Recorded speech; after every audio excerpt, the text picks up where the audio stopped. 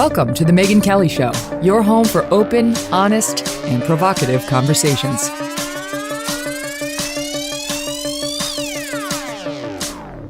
Hey everyone, I'm Megyn Kelly. Welcome to The Megyn Kelly Show. Today we've got Steven Crowder of Louder with Crowder.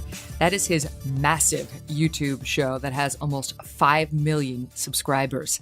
He and I used to know each other way back in the day when he was a kid. He could barely drink, barely legal, as they say, when we worked at Fox News for a short time together. And now he hosts what he calls the #1 conservative late night comedy show, and he is a riot. And also profound and introspective and really interesting.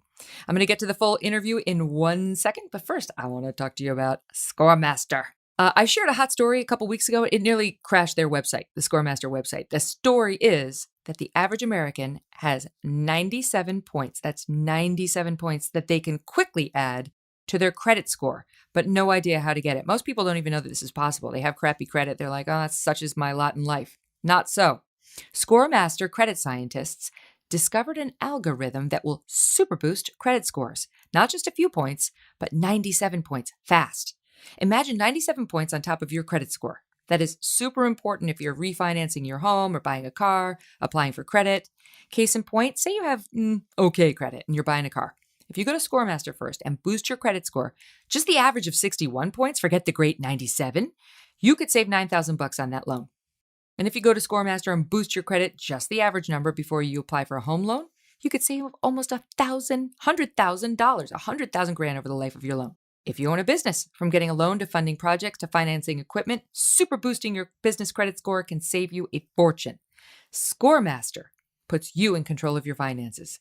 Enroll in minutes and see how many plus points Scoremaster can add to your credit score. Visit scoremaster.com/MK. That's scoremaster.com/MK. And now, Steven Crowder.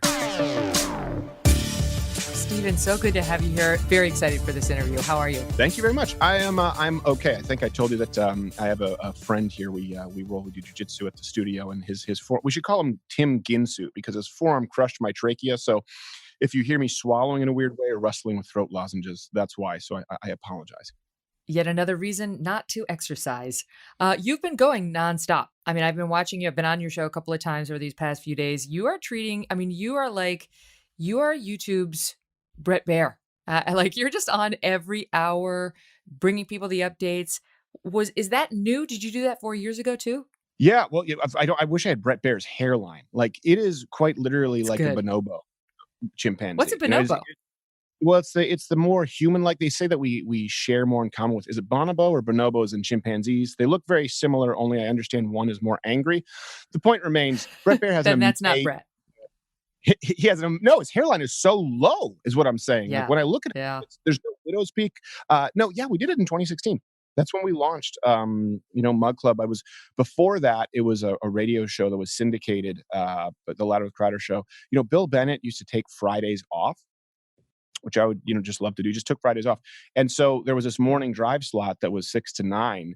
And there were a lot of radio stations that, they were filling hosts and they weren't thrilled with them. So they said, hey, a bunch of stations said, would you like to do the show? And I said, well, I never really wanted to do radio as a comedian, as someone who kind of did short videos on YouTube for a long time before that. But I said, sure, if it's in primetime drive once a week in the morning, I think I can make that work. And then I found out that no advertisers wanted to advertise on the show. And so we started making up fake advertisements when we were broadcasting as a podcast. And then that led to covering the election. I think we had like 30,000 people watching in 2016, which was all the people in the world. And we launched the show that became kind of daily, which is the iteration that people know now. So it's been a crazy 4 years. Yeah.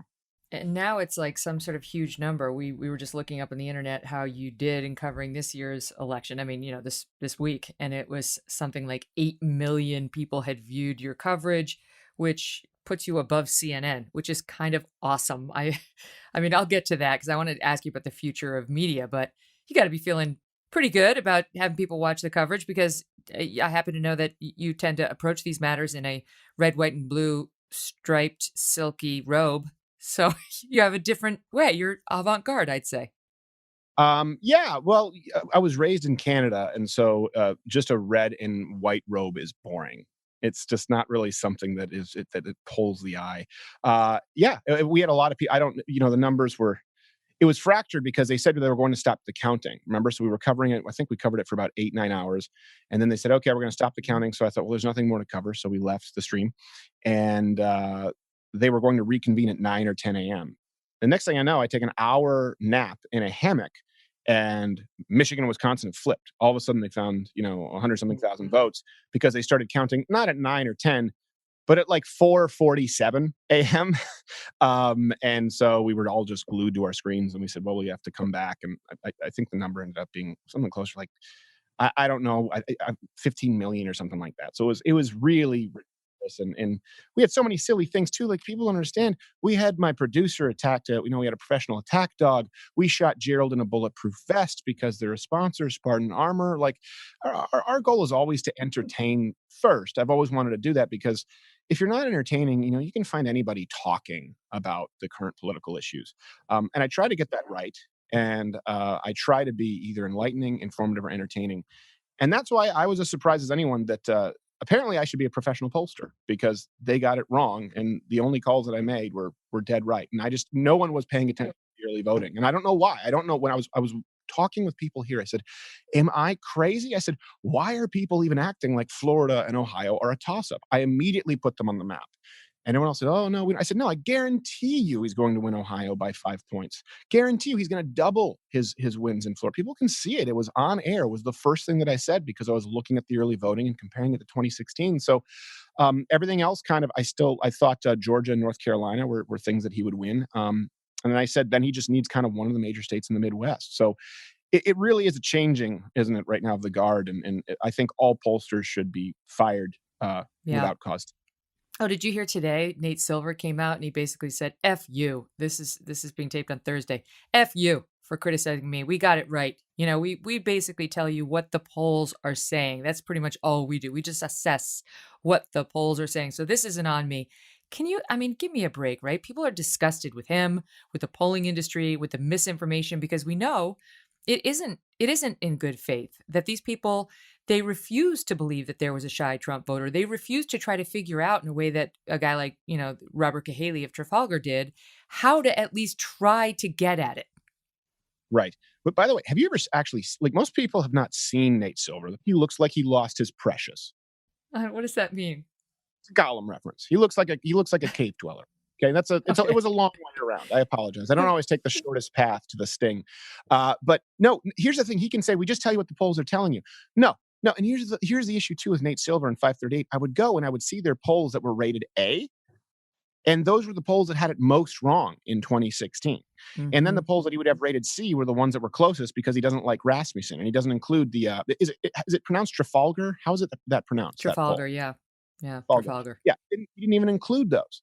And I don't know why, if he's this genius, he doesn't include what we see with early voting. And we have the percentages of early voting, what was mail-in versus what was in person. I got those numbers at Vox, not some Republican think tank. And then I combined that by Target early, and I looked at the actual registered early voting versus the modeled party early voting, and those seem to track. And you kind of have to use the modeled party early voting, because a lot of these states don't tell you the registered voting early on. And I said, you know what? Florida and Ohio are not even going to be close. So what I called was Florida, Ohio. I made my map, and I said Georgia and North Carolina, I think, are Donald Trump. Was going to be closer. Arizona, I thought would be Donald Trump. Looks like it still might be at the time of this recording. And then I said, could be any of these Midwestern states at that point. Can we talk about what's happening now, as of now? Because I'll tell you, I'm as confused as anybody, but I have connections in both camps. Connections. That's like Connections. That's like somebody who had a sex change operation. Like, do you like surprises? What's going on? Which, by the way, I wouldn't be surprised considering the dominatrix role you played with Mark Cuban. I listened to that podcast, and I couldn't sit down for a week. Oh, thank you. Hey, I'm not against dominatrix, but that's not the same thing as trans surprise. Okay, so I know, but I was combining the two. In other words, in the interaction with Mark Cuban, I will tell you this: I thought you did a fantastic job of being respectful, giving Mark Cuban room, but holding his feet to the fire. So, I was nervous to do this because I know that you're tricky. I know that you're quick on your feet, but I thought you did a really good job. Actually, my wife sent it to me. She said, "You have to listen to this." Yeah. Oh, thank you very much. I enjoyed it. I give him credit for coming on and having the conversation because I can't think of another guy in his position who would have. And Right. I didn't exactly get like a bouquet of roses from him after the fact. I'm not sure if he's coming back on, but either way, I'm okay because we had a really good discussion, and I respect that. I respect him for doing it. I want to ask you about Trump though, because since you've been covering it so closely, and what I'm hearing from Team Trump, right? The people, not his inner circle, but people who are very close and are intimately involved in trying to get him elected, are saying they actually believe today he has won, that he's won it. And I've talked to these people many times. He's won Arizona. They do not believe the vote in Arizona. They think he's won Georgia. He's won Pennsylvania, and they think he's won Nevada. Like that's what they're saying. Then I talked to my contacts over in the decision world at Fox, and they're saying there's zero chance that Arizona flips back, that Fox made the right call, that not even if he gets 57% of the outstanding vote in Arizona, can he turn the numbers around. He cannot do it, that the outstanding vote is in Democratic counties. There's zero chance he's going to make up the difference. That's why they're so confident in Yeah. their call. And I think, right now the narrative is spun out of control where people are openly booing Fox and they're going after Arnon Mishkin, the head of the decision desk, who's a straight arrow. I don't. My head is kind of swimming. How about you? I think that's dishonest of Fox to say. Now, I don't disagree with what you said. Now, what we are seeing, though, there are quite a few sources that say that Donald Trump is winning over 63% of those votes. Keep in mind that they counted the mail in votes, I believe, in Arizona first. The outstanding ballots are people who voted in person. And what we're seeing in a lot of those scenarios is about a 2.5 to 1 ratio of Republicans to Democrats. And the county is not as liberal as you think. But my issue with Fox News there, when I say it's dishonest, is they say, we're confident in our call. They called it with 0% of the vote. I'm That's not exaggerating true. the. No, they No, had Fox, we 80% of the vote in. no, no, no. When Fox News called it, it was 70 something percent of the vote, I believe, and they No, it called was it 80% of the vote. That's what Arnon Mishkin said. Trust me when I tell you Arnon Mishkin does not lie. He does not lie. They had 80% of the vote in, and that's why they felt confident tabulating it because they can see where the remaining 20% is coming from. And they have algorithms and data and a history to figure out what the percentages would have to be for Trump to close it out in the remaining 20. So go ahead. they consistently call the other states the same way at those same margins. They were that Yes, close. they do. They do. I mean, trust me, Stephen. I've worked with these guys for years. I was the person who did polling with them. I was, they would do the exit polling, and I was the one who'd be on the air before I became an anchor, explaining to people what they said. And then I became an anchor, and I worked with them even more intimately. And then there was the infamous 2012 thing where Karl Rove tried to say they were wrong, and I did the walk down the hall. I know these guys.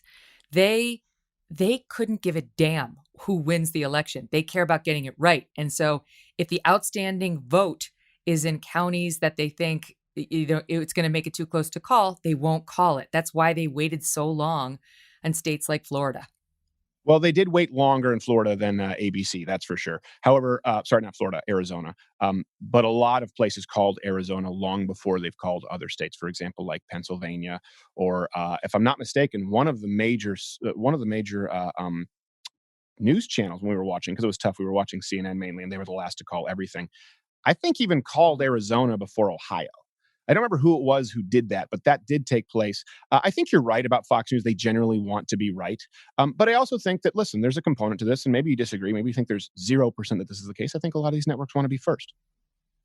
I don't think that's Fox at all. Trust me. Okay. I mean, I've seen it. I've seen the competitive pressure come on them. I mean, mainly from me and Brett out there on election night saying like, where's the call? Where's the call? CNN's called it. NBC's called it. Why aren't we calling it? And we get the slow roll molasses from the decision desk. Like, we're not there yet. We're not there yet. Let me just tell you, I disagree with what you just expressed. I don't think that the truth is governed by consensus of other networks calling it. I think that there could be one place that's right and all of the other places are wrong. And so I don't know with Arizona. I think there's a strong chance that Donald Trump loses Arizona, but from what I'm seeing, there still is a chance that he wins it. I do think it was called Yes. early. Yeah. I don't disagree with that. I agree with you that there is still a chance. I just understand that the people who are experts at it, which doesn't include me, are saying I'm wrong.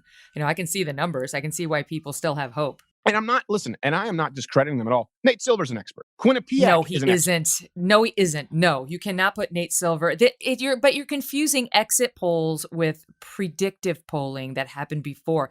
These guys are analyzing actual vote. I'm comparing the idea of deferring to authority, right? The appeal to authority, intellectual fallacy. And all I'm saying is you could be right, you could be wrong, but a lot of people deferred to Nate Silver. A lot of people defer to Monmouth or Emerson or Quinnipiac. These were considered the golden standard of polls. And all I'm saying right now is you could be right, but I am not going to say that Fox News is right in their call. And you know me, I worked for Fox News for 4.5 years. I'm not going to Yeah, say that they're right because they're experts, because we've seen a lot of people who are experts be wrong. That's all I'm I saying. understand. And I we understand. have a huge pool of data here that really no one else has access to with the kind of show that we do. I think Fox could be right. I don't think they did anything. I don't think they did anything dishonest. I think, though, right now, and what I was saying was dishonest, is when they say we feel confident now in our call, that still doesn't justify the call with 80%. That's all. So my feeling in reaction to that, as somebody who's worked with these guys and done this for a lot of years, is with respect, that's armchair quarterbacking. You got a lot of people who have no idea what it's like to be on a decision desk and do this for a living, trying to sit in Yeah. their armchair like, well, I can see the vote myself. And they don't know any of the algorithms or the way this is done or the methodological approach that these guys have tried and tested at midterm elections, at general elections, at primaries, year after year after year. And it's worked. And I've worked with them since 2006 was the first time I was on the air with them. They've never gotten one wrong. Not one. They've been under pressure. They've been told they got it wrong. They've been told they were partisan. They have never had to repeal one. Not once. So I'm not saying that that couldn't happen now. I'm smart enough to realize anything could happen. But I'm just saying that the calls to reduce the Arnon Michigan to like some partisan and say like Fox is bad and this is because Fox has an ideology. I reject that. I know the guys making this decision. They're good faith operators and they're super smart and super good at this. But Megan, I think that I'm not saying Fox is bad because Fox isn't it. That's not my argument. You Yeah, understand not that. you. Yeah. What I am saying, and Fox has gotten a lot wrong. Fox has gotten a lot wrong. Maybe not with any states ever called. I would have to look back. I don't have authority, but I take your word for it. That doesn't mean that it couldn't happen. But I'll tell you what, all the executives at Fox told me that this show that I do right now would never exist. It would never happen. I was Oh, wasting my time. come on. That's a new argument. That's not stay in my lane. I am staying in your lane. What I'm saying is I don't say that they must be right because the experts say that that's so. The numbers right now don't say that that's necessarily so. And I think there's a strong chance that Biden wins Arizona. I just think, and I think that you have a little bit, and I want to keep this, of course, friendly. I'm very appreciative to be here. So I don't want you to take this as confrontational. A little bit of a blind spot because when Americans hear the experts are wrong about. So we can just isolate it to I'm not just saying Fox. that. No, you're building a straw man right now. I'm not saying the experts say, and I don't think you're right at all to compare these guys to Nate Silver. The pollsters got Nate Silver has a very spotty history. Arnon Michigan does not, and my belief in them, which is not unfettered, but my belief in them is not because they are experts. It is because I have had experience with them. It is like having cancer that recurs from time to time. And the doctor sits you down and says, this isn't it. And the doctor takes a look at the new lump and says, this is bad. And then something happens a couple years later and he says, don't worry. I mean, I've had people who've gone through this in my life. You develop a respect for that person's judgment based on their history of accuracy. It isn't deference to authority. It is my experience with this person being right every time leads me to have a greater confidence in him being right now. You could be right. I don't know. So you just mentioned your personal experience. I don't have personal experience with that person. I think if what you say is true, that Fox News has never gotten one wrong, then it's not even up for debate. Of course, Arizona has gone Biden. But that's not my experience with this person. And all I'm saying is I don't take the word of one person or one expert. I didn't just say Nate Silver, but all of these polls, which I know is what we're going to be talking about. I think a lot of Americans, now it doesn't mean that Americans are right. But I'm saying that the language that is used, this is what Americans have a problem with. And when people talk about not having trust in our institutions, because there's a lot of this talk. Well, the experts know whatever it is, X, Y, A, B, C. And I know in this instance, you have a lot of personal experience and they have a great track record. Let me really simplify what I'm saying. I don't think that Fox News is bad. I don't think that they're trying to call things incorrectly because they have an ideology. I think Brett Baer is probably the best broadcaster in news. I think the man is fantastic. And I think they are probably right about Arizona. I also think they called it too early. Just my opinion. Well, can I tell you, I mean, to give you the point, I do think that a lot of Americans, including me, are a little too deferential to authority. And I have been surprised over the past 4 years to see some of the institutions that I really revered and trusted entirely to have had the mask pulled down as pretty nakedly partisan. The FBI comes to mind, right? Like when Jim Comey first was getting attacked, I was 100% a Jim Comey defender. I was like, "What do you mean? It's James Comey. Like, he's beyond reproach. Why are these people saying he's partisan? I would never believe that. 100% wrong." So I'm humble enough to realize I don't know everything, and I also see it. It's not even just the FBI or some of these big government organizations, but big tech and media. Our industry, it is not trustworthy. That it's the same thing. I wouldn't say I always trusted media, but I think most people out there trusted Uncle Walter, trusted Peter Jennings, some of the people we grew up with, or I did. And now it's 100% different. So I get that my hopes could be dashed in Arnon, Michigan, and I'm not rooting for Arizona one way or the other, but I do like these guys because they're former colleagues. But they could be dashed because I've had them dashed repeatedly, and I know you've had your own situation with big tech, where that's another industry where it's like, oh wow, they're so big, they employ so many Americans, and then it turns out they're completely partisan and agenda driven. Yeah, and I think, to mention I keep hearing how do you pronounce his name? Arnon, Michigan? Arnon, Michigan, Arnon, Michigan. Arnon, Michigan. no Michigan. Wait, what's the last name you're saying? Mishkin, like Michigan. Mish. Oh, Yeah, Michigan. Mishkin. Because I was thinking about Detroit. I thought you had a Joe Biden moment where you're trying to say RNC Michigan. And then okay, I don't think that should dash your hopes if, for example, they're incorrect on Arizona. I think that we are at a point right now. You mentioned Walter Cronkite. I don't think that Walter Cronkite was an unbiased journalist. I think he was No, certainly he better wasn't. than a lot of what you have now, but he said you basically couldn't be a journalist and not be a liberal. There are quotes from Walter Cronkite. I just think it was hidden from a lot of Americans before we had new media. So I think the requirement is for everybody out there to aggregate information from both sides. And that's why I think at this point, anyone who claims to be a centrist, they're actually less valuable in your aggregate pool because I would rather know what Megyn Kelly is saying. What Megyn Kelly is saying. Yes, of course, plug for your show here. But I also would like to know what Rachel Maddow is saying, what Megyn Kelly is saying, what Sean Hannity is saying. I would like to know what Tucker Carlson is saying and what Lawrence O'Donnell is saying. I don't really care what Anderson Cooper is saying because the guy isn't really honest about his point of view. Chris Cuomo thinks that he's my God, an actual journalist. So I think Americans have to do a lot of this work themselves now. Sadly, you're right. They're required, and Yeah. I think that's why I have a lot of Americans upset because it was trust the experts when it came to the election. And I think that we're seeing a lot of examples of it being rife with not just fraud. People misuse the term election fraud, but also ineptitude. We talked about this on our show with this election. There were over 2.5 million ballots that could potentially be compromised. Now, does that mean that someone was scratching out Donald Trump and putting in Joe Biden? No, but it means ballots that either were sent to addresses where people no longer lived or there were people who were dead. We found examples in the past of ballots that the signature didn't match or there was no signature on it whatsoever, or people who voted twice. There are quite a few examples of compromised ballots. And so the media says there's no example of widespread voter fraud. No, but there is an example of certainly mail-in voting being rife with errors, as well as in some cases, small as they may be, and we'll find out after this election, fraud. And Americans really have a problem with people saying, no, it's just there's no such thing as voter fraud. There's no evidence for that, and that's what they see in the media, right? But Americans are going, well, hold on a second. I've just read several articles, and I know people will just say it's fake news, but I just read an article that came down from, an actual, like a local court, and I don't know, in Pennsylvania, where there are 800 ballots that had to be discounted, or you can see 50,000 ballots, I think it was in Ohio or Michigan that had problems, and they go, those were outstanding. So how can you say there's none, Brian Stelter? And they just don't follow up.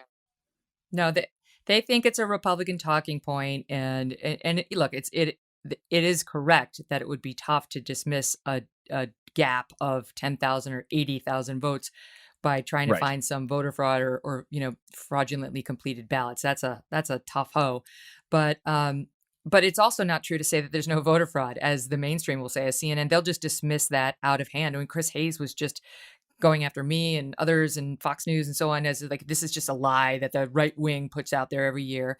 No, we've seen it. We've seen it. And it doesn't mean it has to be hugely widespread, but we've seen enough, we've caught enough to wonder how deep does it go? And that's a legitimate question to ask when it's a tight race. Sure. And even more when you just consider the post office. The post office hasn't turned a profit in 13 years, Megyn Kelly. Can you believe that kind of job security? No, If you job where you lost money for 13 years? What I'm saying is, no, I'm not necessarily saying that Nancy Pelosi is doing a spirit cooking seance and changing the ballots with a Sharpie. What I am saying is the post office can't get it there within 10 days and they can't turn a profit in a decade and a half. I don't really want an election run by effectively the DMV. And that's a valid position for Americans to take. Of course. And the thing that makes me worry about this vote more than anything, as I watch the vote counters, go through each ballot without letting the vote watchers get within 100 yards of them, right? It's like tough to watch from that far away unless you've got some binoculars and you can really zoom in. Right. Is the abject and open hatred for Trump. I mean, he is a singular figure in Yeah. for decades now in American politics in terms of the hatred for him. We've been told by a lot of these Democrats in the media that he's a Hitler-esque figure. So if you're sitting there counting votes and you actually believe that, who's to say you're not going to think that the ends justify the means? And that's why poll watchers at a point like this are more important than ever. Well, who aren't allowed in Detroit, right? Right. Right. And it's like, so what would be the reason not to do it? Just like protect the integrity of the vote.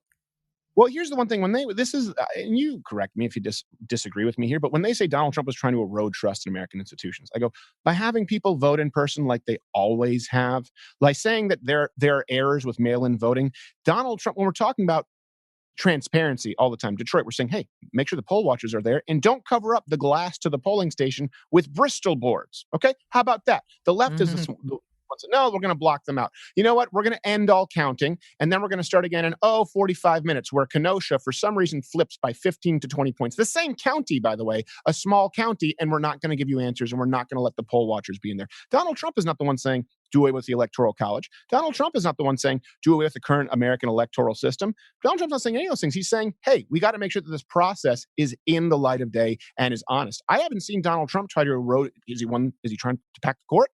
The only institution he's eroded trust in is the media, and I think that it should die, and I will urinate on the ashes gleefully. So I think when you look at Joe Biden, who's saying, oh, no, hold on a second, we want more mail-in voting than ever. We might pack the courts. Well, I don't know. We should do away with the Electoral College, which Kamala Harris has discussed. What? Okay. What do you believe in the United States of America? How are you not trying to erode trust in institutions? And something else, too, that I think a lot of people in the media miss, Megyn. Remember that famous quote, right? The fine people on both sides. And I'm not going where you think I'm going to go here, because obviously Donald Trump's in Trump in Charlottesville. Charlottesville, yes. Where the famous quote was, he said, "Find people on both sides," and no one included the context of him saying, "I'm not saying neo-Nazis and white supremacists who should be condemned totally." So that, of course, is the one story that people tell, and it's true. The media took it out of context. I don't think anyone has condemned white supremacy or neo-Nazis more than Donald Trump, because no one's been asked as much. However, I actually see something beautiful in that quote and a pattern of behavior with Donald Trump that a lot of people miss. And keep in mind, I couldn't stand Donald Trump in 2016. I said that if he's a Republican candidate, we deserve to lose. Those were my words, and I had to eat them because I was wrong. But what Donald Trump said was, I'm not talking about neo-Nazis. Okay, put that on the shelf. Discount that. He goes, but there were people there who wanted to take down these statues, these Confederate statues, and they had a reason to be there. And there were people there who also believed that it was a part of their heritage, and they wanted to keep it up. And there were fine people on both sides. In other words, Donald Trump is saying people who disagree with me can still be fine people. Can you find me any example of Donald Trump calling Joe Biden supporters ugly or deplorable? No, he attacks Joe Biden. He attacks the media. He doesn't, or fat. He doesn't attack the people. Joe Biden, Kamala Harris, Hillary Clinton, they attack half of the American electorate. They attack half of this country. And Donald Trump has pretty consistently, it's like Woody Allen and Annie Hall just ripping up the speeding ticket. I'm sorry, I just have a general problem with authority. He really does seem to have a heart for all Americans, and we have not seen him attack middle America like these other people have. We've seen him attack the media. We've seen him attack Joe Biden. I think that's fair game. But no one talks about that. To me, that's beautiful. I can't stand these asshats who want to tear down anything that's offensive or a monument. But for Donald Trump to say, well, those can also be fine people. They just have disagreements. My experience of Trump, not personal, but just observational, maybe personal too, is that as long as he thinks you like him, he's good with you. Like if he thinks you like him, or at least are open-minded to him, he likes you. It's only if he thinks you don't like him that he'll turn on you and he'll say nasty things on Twitter and it'll be offensive and so on and so forth. But I've never heard him go after all Democrat voters, like the people in the middle of the country who he would like to have vote for him, as deplorable, as uniformly racist. Now he'll rip on the political class. I've heard him do that a lot, but this we've seen that this entire 4 years, we've seen it isn't enough to call him racist, xenophobic, and all this stuff. If you support him, you are one too. And one of the things that has struck me this week, Stephen, is as the numbers have been coming in, and even as Joe Biden is looking like he's winning, you still have the pundits on MSNBC and CNN every night crying a tear in their soup, talking about what a racist country this is. It's like, what? I don't get it. Like, even with him losing, we got to listen to these lectures, and you've got people saying, no, no, no, no, no, wokeism has been defeated.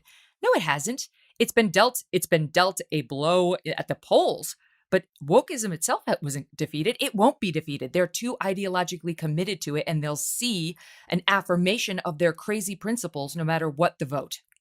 Yeah, I can only imagine where would this election be if we actually had a fair press, if we actually had an unbiased press. I mean, think about this for a second. You had someone go out and tweet what was effectively a typo that added a zero, right? The 128,000 new votes that were found. I believe was it Michigan? I think it was Michigan or it was Wisconsin. Yeah, Michigan. Yeah, and Donald Trump said, "What is this?" And his response, which is a question, "What is this?" was labeled as misleading. But Twitter never labeled the actual tweet, which was a typo by 100,000 wrong. That wasn't labeled misinformation. Here's something else too. I can't. I'll tell you off air. I'll send you this picture so you can verify it and take my word for it. But there's a reporter at Washington Post, I believe, named Philip Bump. Okay, and a friend of mine sent him a message when that tweet went up. Okay, an update gives Biden 100% of the new votes at 128,000. I'm reading this right now. My friend said, "What is going on here?" And he said they counted votes in a heavily pro-Biden area. Not complicated. In other words, at this point, we didn't know that it was a typo. But 128,000, 100% new votes found for Biden. At this point, Philip Bump at the Washington Post didn't think there was anything fishy and had no interest in investigating. So I'm saying there is no level of fraud or corruption at all that would cause them to investigate or give them pause. If 128,000, which afterwards, a couple hours later, he didn't know was a typo at this time. And he was saying, no, that checks out. That to me is terrifying. He's the same guy who went after Trafalgar as completely discredited and a hack and, doesn't know what he's doing. And Trafalgar got it a lot more right than the Washington Post did, Philip Bump's organization, which was predicting that Biden would be up, I think, 17 points in Wisconsin. Wrong, sir. Wrong. Right? But there's not going to be any. They're not going to take accountability for any of this. You're already seeing people say, well, sort of in the margin of error. If you just look at this one time, we said this one thing. I'm not hoping for accountability. Here's the thing. You mentioned Trafalgar, but Trafalgar doesn't fit on the fact-checking board of the three biggest companies in the world of YouTube, Alphabet, Google, and Twitter, and Facebook. Washington Post and this asshat do. That's the issue. The guy who said 128,000, 100% for Biden, no problem. They're the ones who have the ear of the people who determine what is misleading.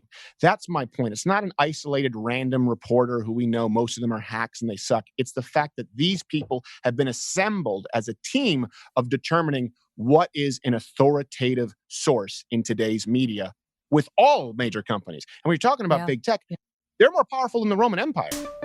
People don't understand. There have never been companies more powerful. They're more powerful than governments.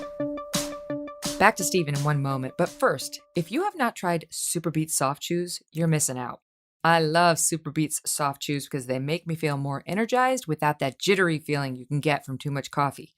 Plus, they taste great. More than that, they are packaged so conveniently you can just throw them in your bag before you head to work so you can have them on the way or while you're in your office, like I do here in the studio. Super Beets soft chews combine non-GMO beets with a powerful new ingredient, grape seed extract. The grape seed extract used in Super Beets chews has been clinically shown to be 2 times as effective at supporting normal blood pressure as a healthy lifestyle alone. So you can eat something delicious and help your health. Better blood pressure, obviously, is a good thing. It means more energy, and it's the way nature intended it without the jittery caffeine or stimulants. Now, just take 2 delicious chews anytime, a day, anywhere to get the blood pressure support you need. Do what I did and support your heart health with delicious Super Beets chews. Get your Super Beets chews today at getsuperbeets.com/MK. And when you buy 2 bags, they will throw in the third for free. That's getsuperbeets.com/MK. for our audience who doesn't know this, and let me just give them a little background on you, because not that everybody doesn't know Steven Crowder, but just in case. You're only 33, which is just crazy to me. I can't believe you're only 33. You're married. You don't have kids yet, no? No, we don't. Hopefully soon, God willing. Okay, so born in Michigan, but raised in Canada, right? Yes, ma'am. Okay. Yeah. The land of Justin Trudeau. So let me just start with, how did you wind up conservative, right? Because I think of, Canada, and I just think of, I don't know, Pinko Kami, Justin Trudeau. What? I know. I'm just saying, it's most people I know from there come out more left-leaning. Well, listen, and I hope I'm not touching on a sore spot, but obviously people know you asked a question about blackface, which there was all of this uproar. Whereas with Justin Yeah. Trudeau, the woke liberal Canadian he didn't just do it once. Like, it's his raison d'etre. He was doing it in talent shows, and he was showing up to sporting events in blackface when there was no reason to be in blackface. It's like he just liked being in blackface, and nobody cared. I mean, have you seen all of the pictures? The funniest thing, Yes. the thing I think I've ever seen in my life. We were sitting here and there was a press conference. Remember the first time that it had been revealed that Justin Trudeau, for people who don't know, he's a Canadian prime minister. Many people may not, because Canada's a silly, inconsequential place, but he had done blackface. And he was being interviewed by reporters. So he's doing this press conference and he says, I did do this. I did go in dress up one time, and it was a very poor judgment, a mistake. And I'm very sorry. Thank you. And as he's walking out, someone says, "Excuse me, Prime Minister Trudeau. Yeah, was that? Were there any other moments where you did blackface?" And he turns back. He goes, "There was one time where I did wear makeup and I sang Deo. Thank you. No more questions." I'm like, "Wait, the banana song?" And he just tried to skim over it, like he knew that was in his past, and he was just trying to. And he has. So I'm sitting there, so he was blackface going, "Deo, Deo, when I come back." It's worse than old minstrel shows, and he had to answer the question because he knew they were going to find it. People here, they thought I was going to need a ventilator. I was laughing so hard. That's the kind of stuff. That's why I'm conservative. I love seeing pompous authoritarians taken off their pedestal. And really what it comes down to with Canada, I have an American citizenship. My dad has always been more right-leaning. And I started working really young. I started working at 12 years old, doing voice work in cartoons and commercials. And it started at the dinner table. Ronald Reagan has talked about that. My dad would just have conversations. He'd go, "Okay, that's a check for, doing for Arthur. This is what's going to be gone." I think at the time it might have been like 54%. I said, "Well, why?" He goes, "Well, that's because the government takes it." And I would say, "Well, why?" He says, "Well, because they pay for your health care." And I go, "But our health care sucks." I knew this as a kid.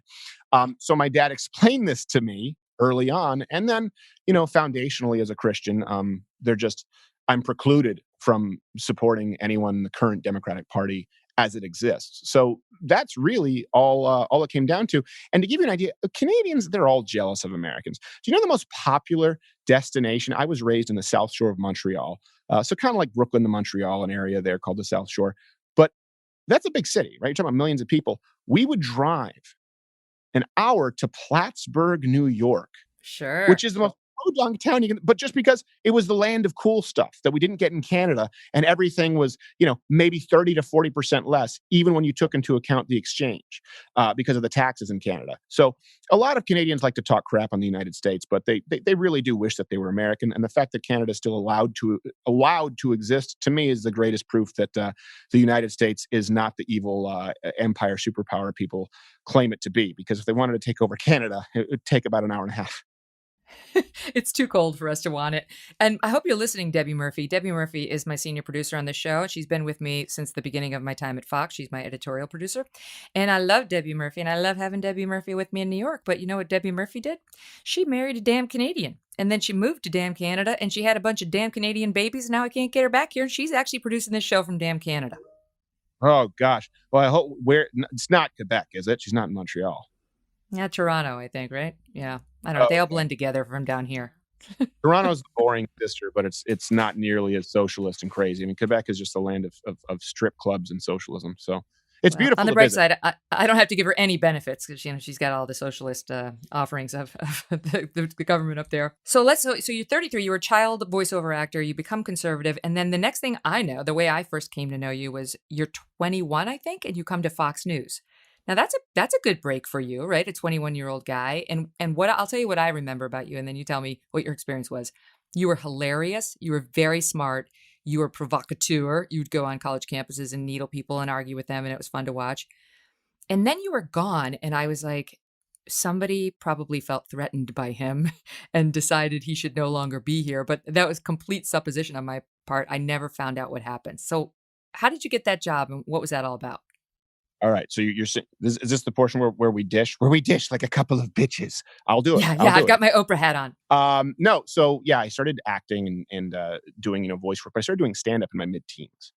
So I actually got into the Just for Laughs festival in Montreal, which a lot of people would think it's actually harder if you're in Montreal to get into the festival because there are only so many spots. But I got into it when I was about 18, and that took me to Los Angeles and New York to shoot some pilots and some films. And I was always right leaning. I was always right leaning. My first manager was black, and he didn't really know that I was conservative until I actually came out and I was doing shows in New York and the Laugh Factory, and back then the Improv was still there. And then I would just get into trouble on sets because I didn't really keep my mouth shut. So what happened was I really sort of became disenchanted with the industry after shooting a film, and I told my parents at, I believe I was maybe 19 or 20. And I said, all right, I'm going to stay with you guys. Give me 6 months. I'm going to treat this thing like a full-time job. And it was YouTube. And That's I don't good. know that someone like me that could come up today. What I did was I direct messaged hundreds of thousands of people asking them to subscribe to my channel.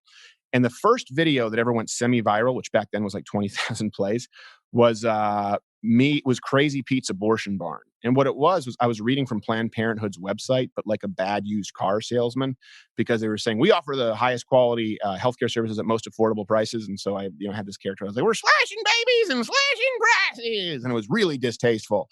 And everyone was shocked that someone would do this.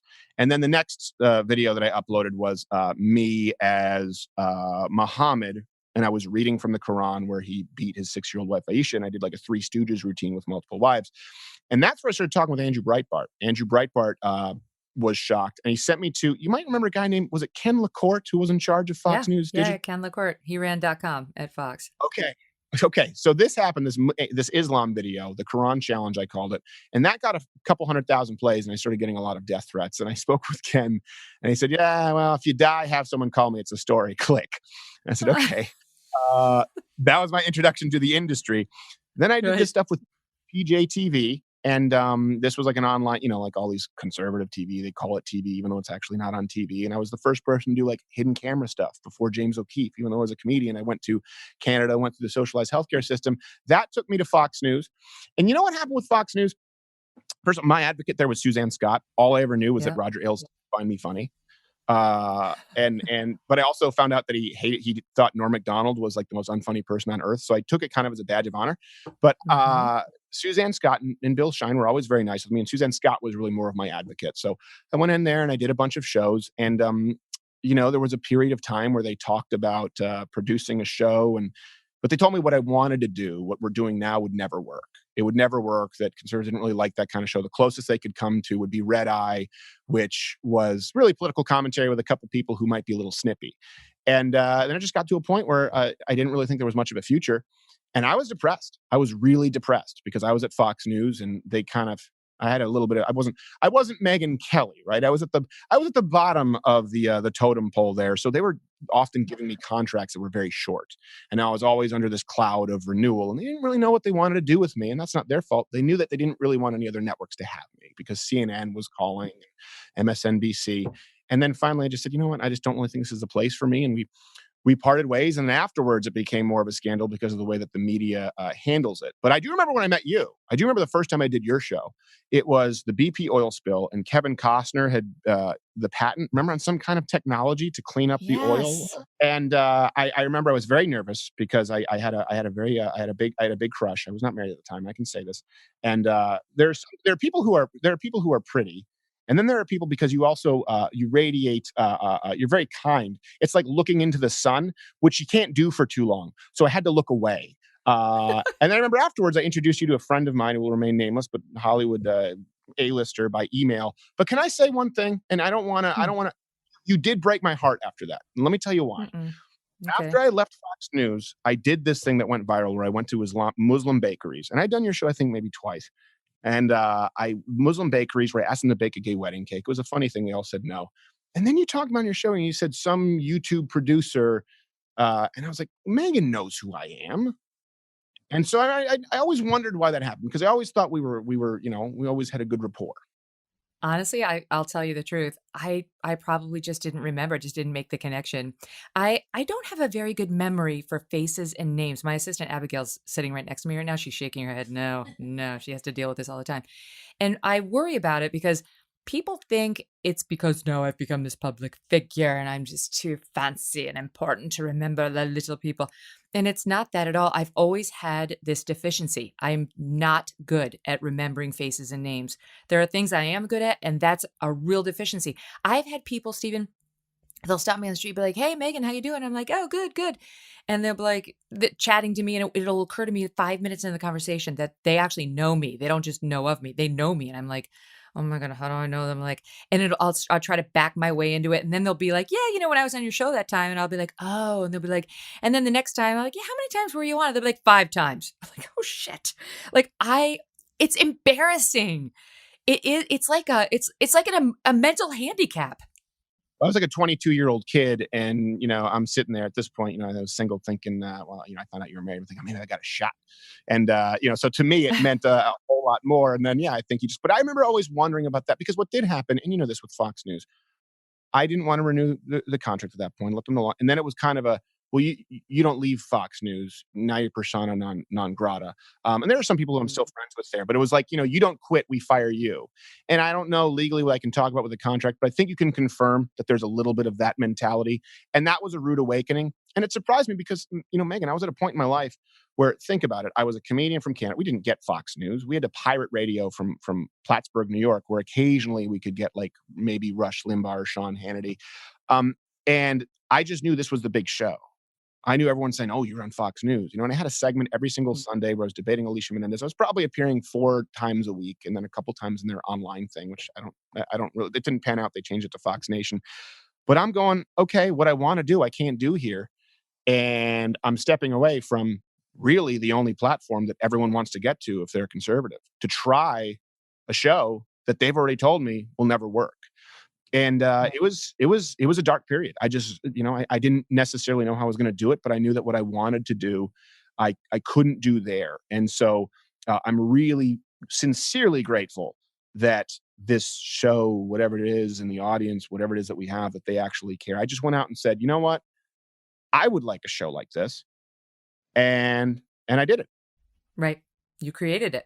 Well, I mean, as my sister-in-law, Diane, who's very spiritual, she would call that, and people have heard that, but she would say you manifested it. Whether you were consciously doing it or not, at some level, you were making it happen. You were manifesting it. Wait, I want to say just a couple things. Number one, I am sorry that I didn't remember you. I'm really not good at that, but I'm sorry. So no, absolutely no personal offense intended there. No, I Number appreciate it. two, I just was wondering why, but yeah, no, but because I I was feel bad. I genuinely feel bad. I hate the fact that this thing I have would ever make somebody feel like that they didn't matter to me. I wish I could do something about it. I wish there were like a pill you could take that would help you. I actually am one of those people who I'm always Googling, like, have they come out with it yet? The thing that helps your memory. I have a really good memory for certain things like facts. I can remember. I can remember news stories. I can remember the details. I can remember somebody who contradicts themselves. But this one lane, and I wonder whether any of the listeners have this same thing, like, how like some people are really good at directions and some people aren't. Some people are good at foreign languages and some people aren't. And some people are great with faces and names and aren't. Anyway, okay, so that's number one. Number two, on you leaving Fox News, I too have a ton of friends who are still there, and some of my best friends in the world are there. But I do think that there is an element, and I say this respectfully, there's an element of cult-like nature to it because world's you're biggest high either in school. or you're out. You're in or you're out. And once you're out, it is like the omerta principle, like dead. And to me, that's like, and I had a bumpy exit in a way. I mean, I chose to leave, of course, but because of the whole Right. Roger Ailes thing, and that upset a lot of people who loved Roger and did not like the fact that I didn't support him. But I did, once I had a couple of years out of the organization, realize it is, it does sort of move as one group, and you're either in that group or you're not. And it took me Right. a couple of years to sort of emerge standing up straight and tall and back to myself after leaving and remember, like, oh, wait, I don't have to go along with certain things and I can think for myself and I don't have to, do things exactly the way Roger Ailes wanted me to do them. I can just do them the way, it's like, took a Right. while. So I can validate the feelings you may have been having of like otherizing. And I didn't change the way that I was while I was there. But to go back to what you mentioned about names and faces, the two aren't necessarily one and the same because I am horrible with names. but I never forget a face or a voice. It borders on perhaps some kind of autism, which my Mm. wife often says. She's like, "I think you're autistic." I'm like, "Why? Just because I like a weighted blanket? Come on!" But I do like a weighted blanket. That sounds But great. yeah, her weighted blankets are fantastic. I have them on all my beds. I'm like, how did I not know about this before? I used to, when I was a kid, I would put extra blankets on my bed because I wanted more weight. And then at the very last second, I'd fan my terry cloth robe over it and go, okay, that's enough. Terry cloth. Wait, I didn't actually know about the weighted blanket. I confess I'm just learning about the weighted blanket right now. It's a thing. You can get it for any bed. Because you're not retarded like me, where I use the weighted blankets, but I've only found You it can't afterwards. say retarded.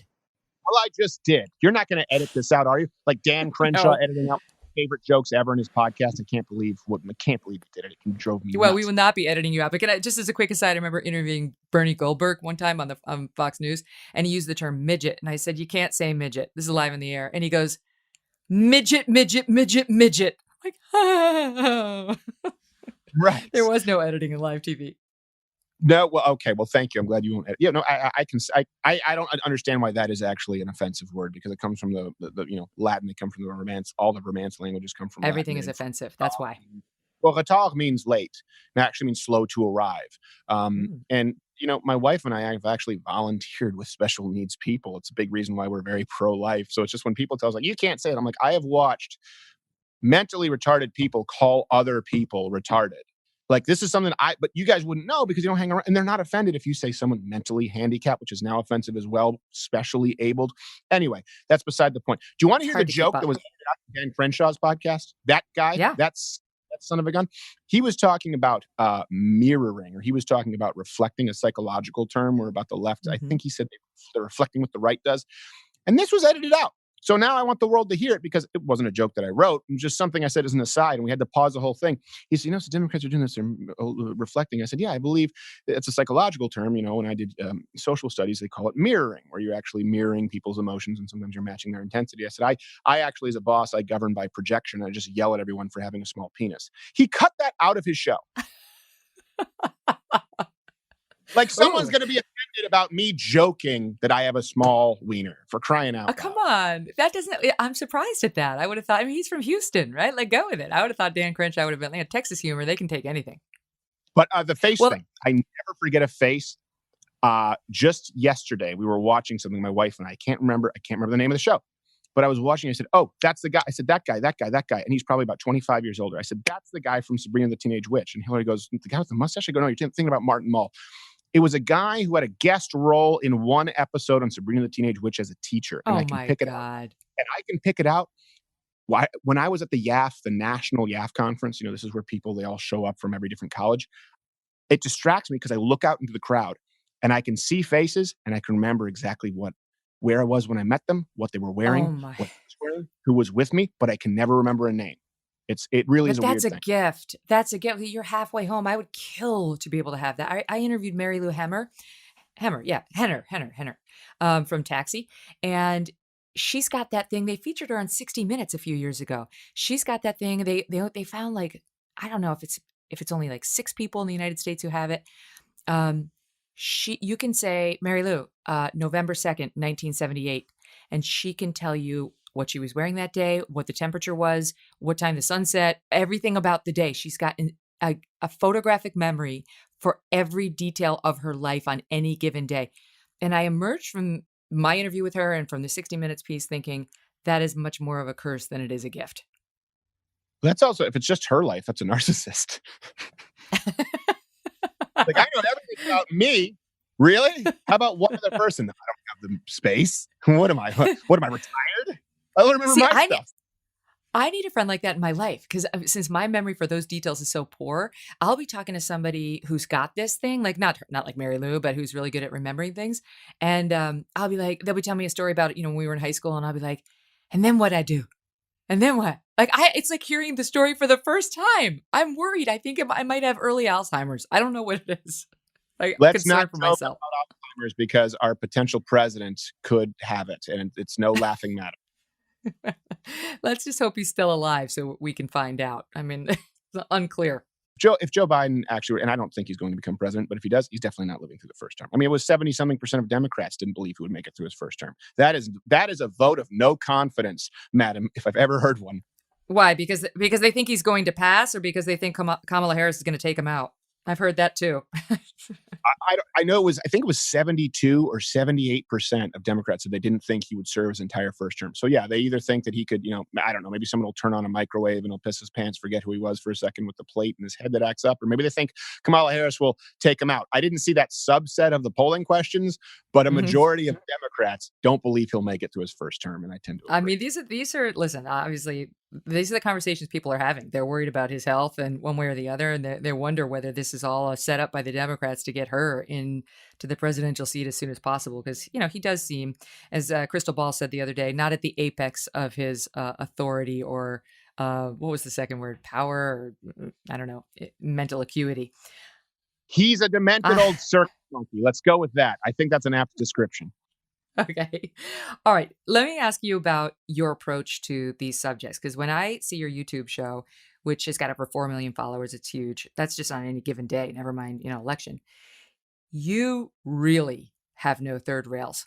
I mean, you mentioned some of them. Like, I like to think I don't have as many, I guess, as the average person, but man, you make me look like an uptight Pollyanna. I I can't believe you've been doing the Prophet Muhammad stuff. I mean, I will tell you, that Yeah. scares me. I support your right to do it, and I secretly admire your willingness because it is free speech. We're told by sort of radical Islam that if you even talk about Prophet Muhammad, God forbid, depict Prophet Muhammad, you could be killed. And you not only did the skit you just talked about, but I saw one where you were pretending to be Bob Ross, the painter, and you were painting the Prophet Muhammad, and it was not a laudatory presentation. And I thought, oh my God, this guy, he's fearless. I mean, may I ask you whether, given what we saw at Charlie Hebdo, the magazine in France that published pictures, cartoonish pictures of the Prophet Muhammad, and then he was and then they were killed. 12 of them were killed. Another 11 were shot back in 2015.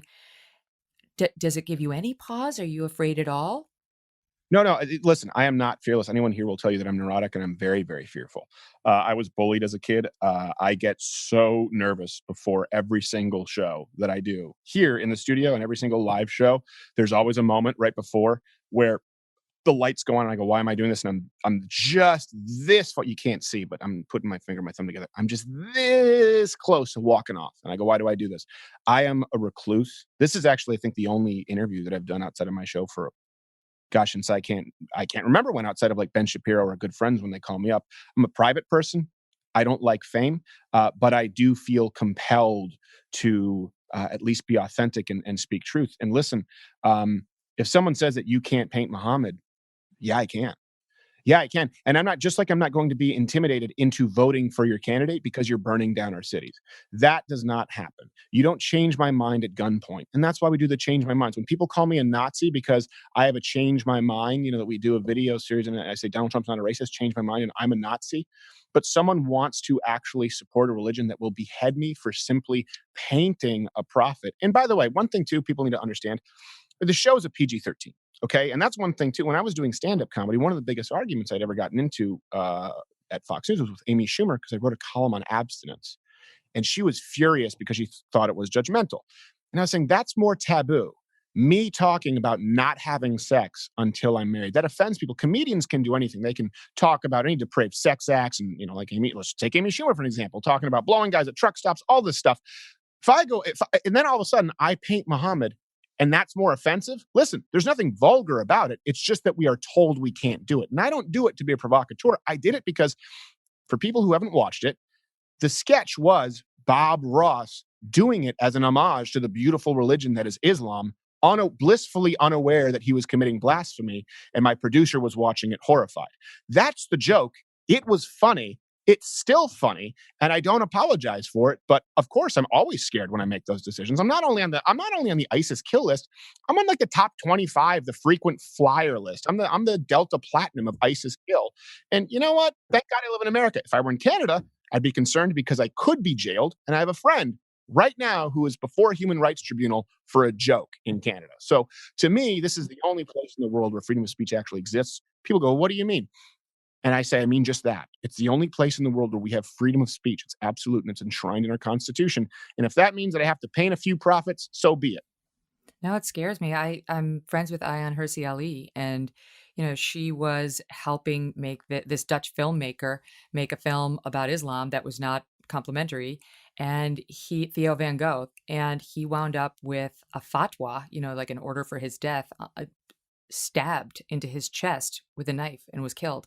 And she's had a fatwa against her now for being critical of Islam and walks around with security all the time. It is scary. I mean, that's next level scary. It's one thing to thumb your nose at cancel culture, but it is a free speech principle. I mean, it isn't, I would say, something I would do. I just don't want to mess with people's religions in general, but you're a comedian, and comedians, they get paid to think there's no sacred cows.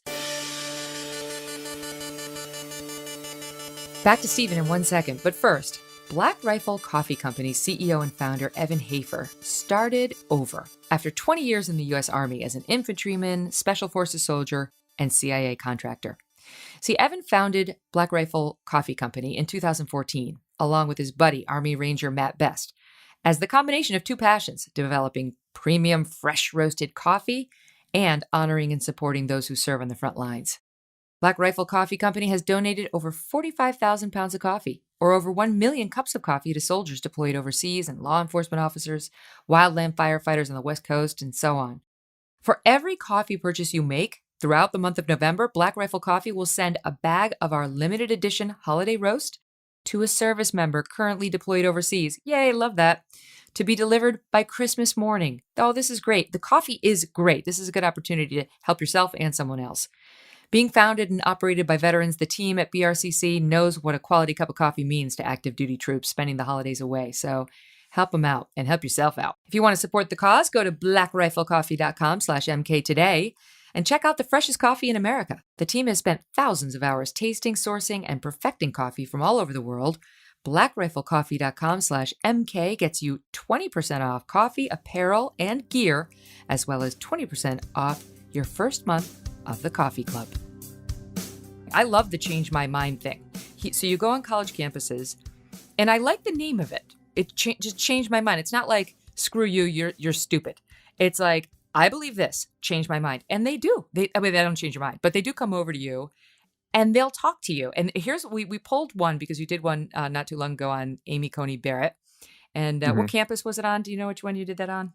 I think that was TCU, I believe. I actually like this girl. She was kind of sweet. She came over. She wanted to argue with you about how Amy Coney Barrett should not get a hearing, and that we should wait until post vote. And we have the clip. Listen. So there's a long-standing precedent. As a matter of fact, it would be a violation of American precedent and decorum to not confirm them.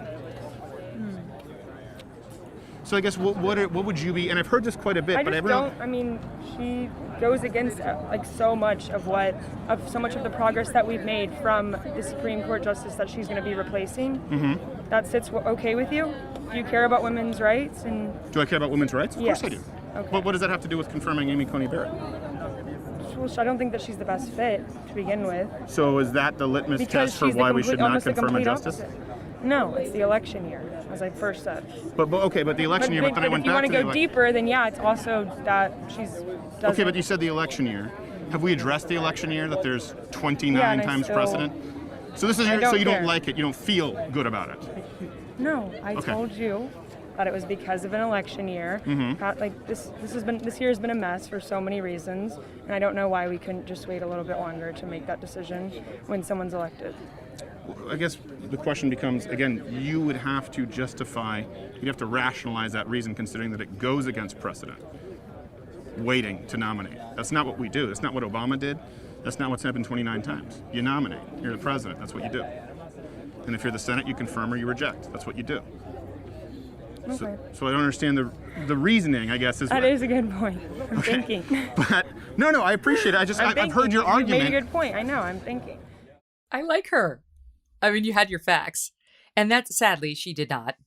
And was kind of all over the board. You know, when you hit her with the facts, she was like, well, this is just how I feel. Well, I just don't want it, which isn't an argument. But I think it's to her benefit to be shorn up, right? To be pressed on her points so she can either shore them up or abandon them, which she should, because you had her. But But it's pretty fearless of you to just go right into the belly of the beast with people who, I mean, you're not that old yourself. Like you should be, by all rights and purposes, you should be feeling like they feel, right? Because you're a kid, you're so young, but you're their age. And I think they listen to you and you just are there armed with your fact, fact, fact, fact, fact. Has it ever changed your mind?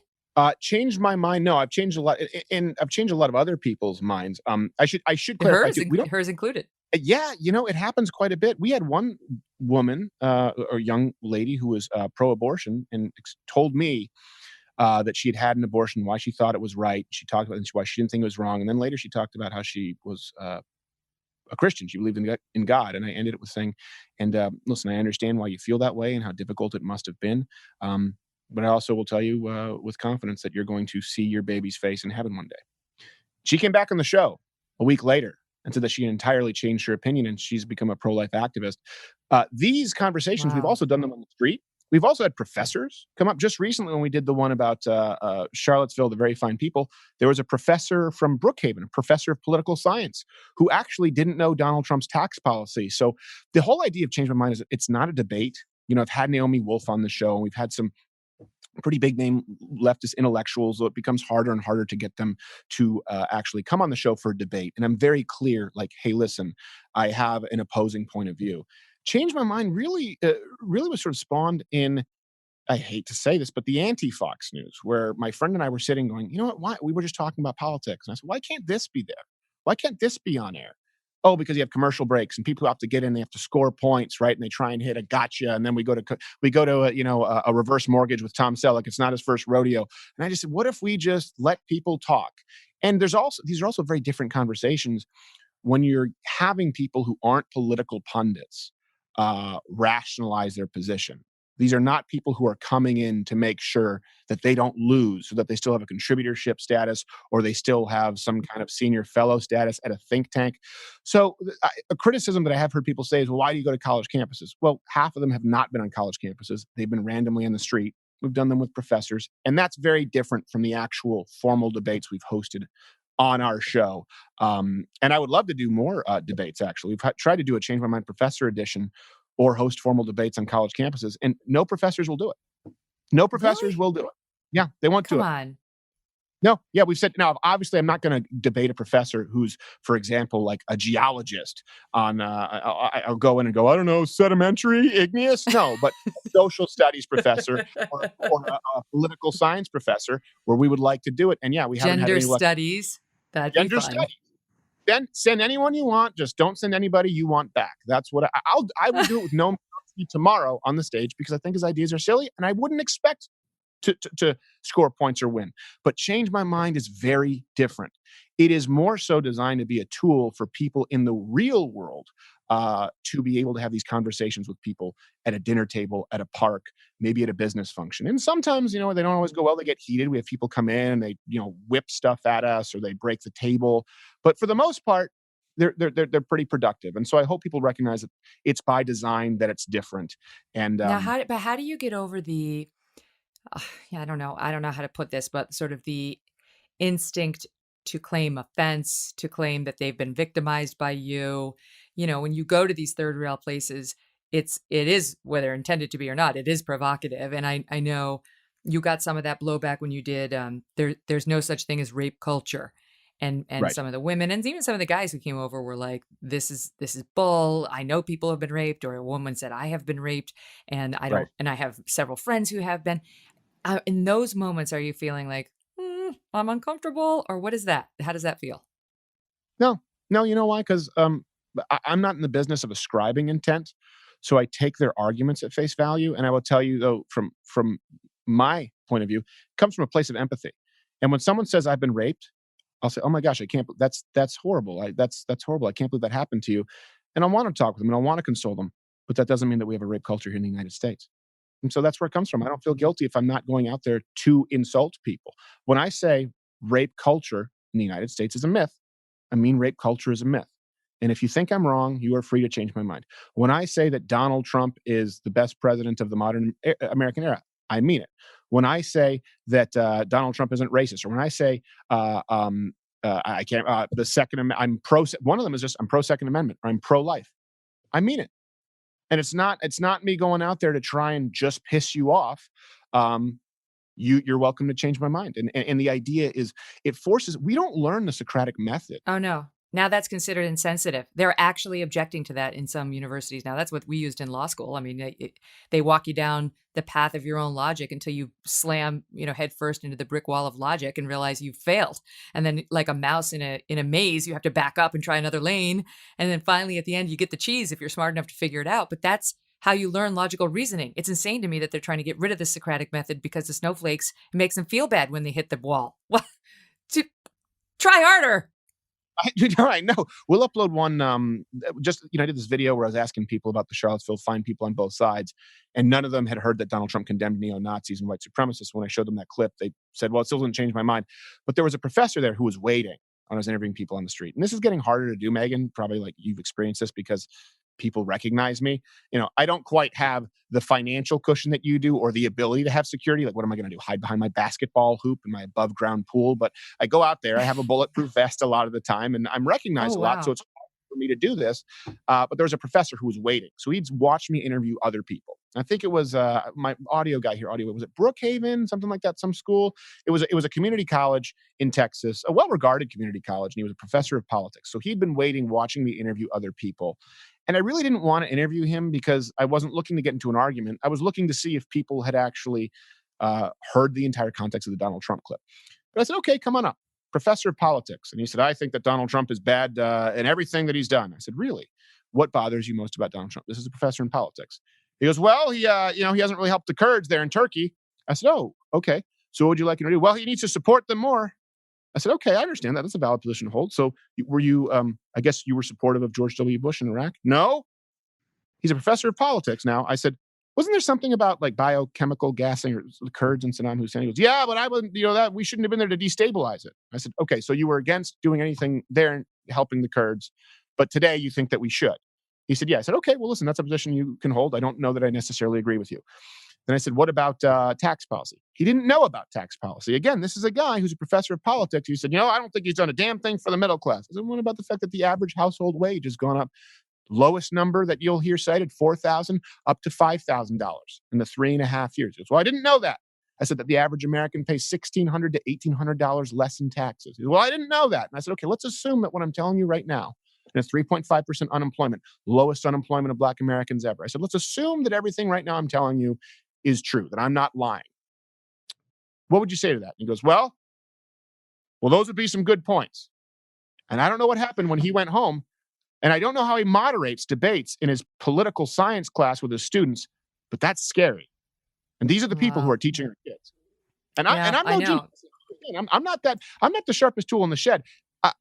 This comes from a place of fear. I over prepare always because I assume I'm going to be caught flat-footed. I assume that the next guy knows more than I do. It's like, thinking of an argument as a tree, and you have this trunk, and this is a basic argument, and that's where like, not my president, right? That's where people have, and you go, okay, let's break off from that, and let's see the potential counter arguments, and is there a way that I can maybe lead somebody down this branch? And then you realize that there are professors in this country who are just a stump.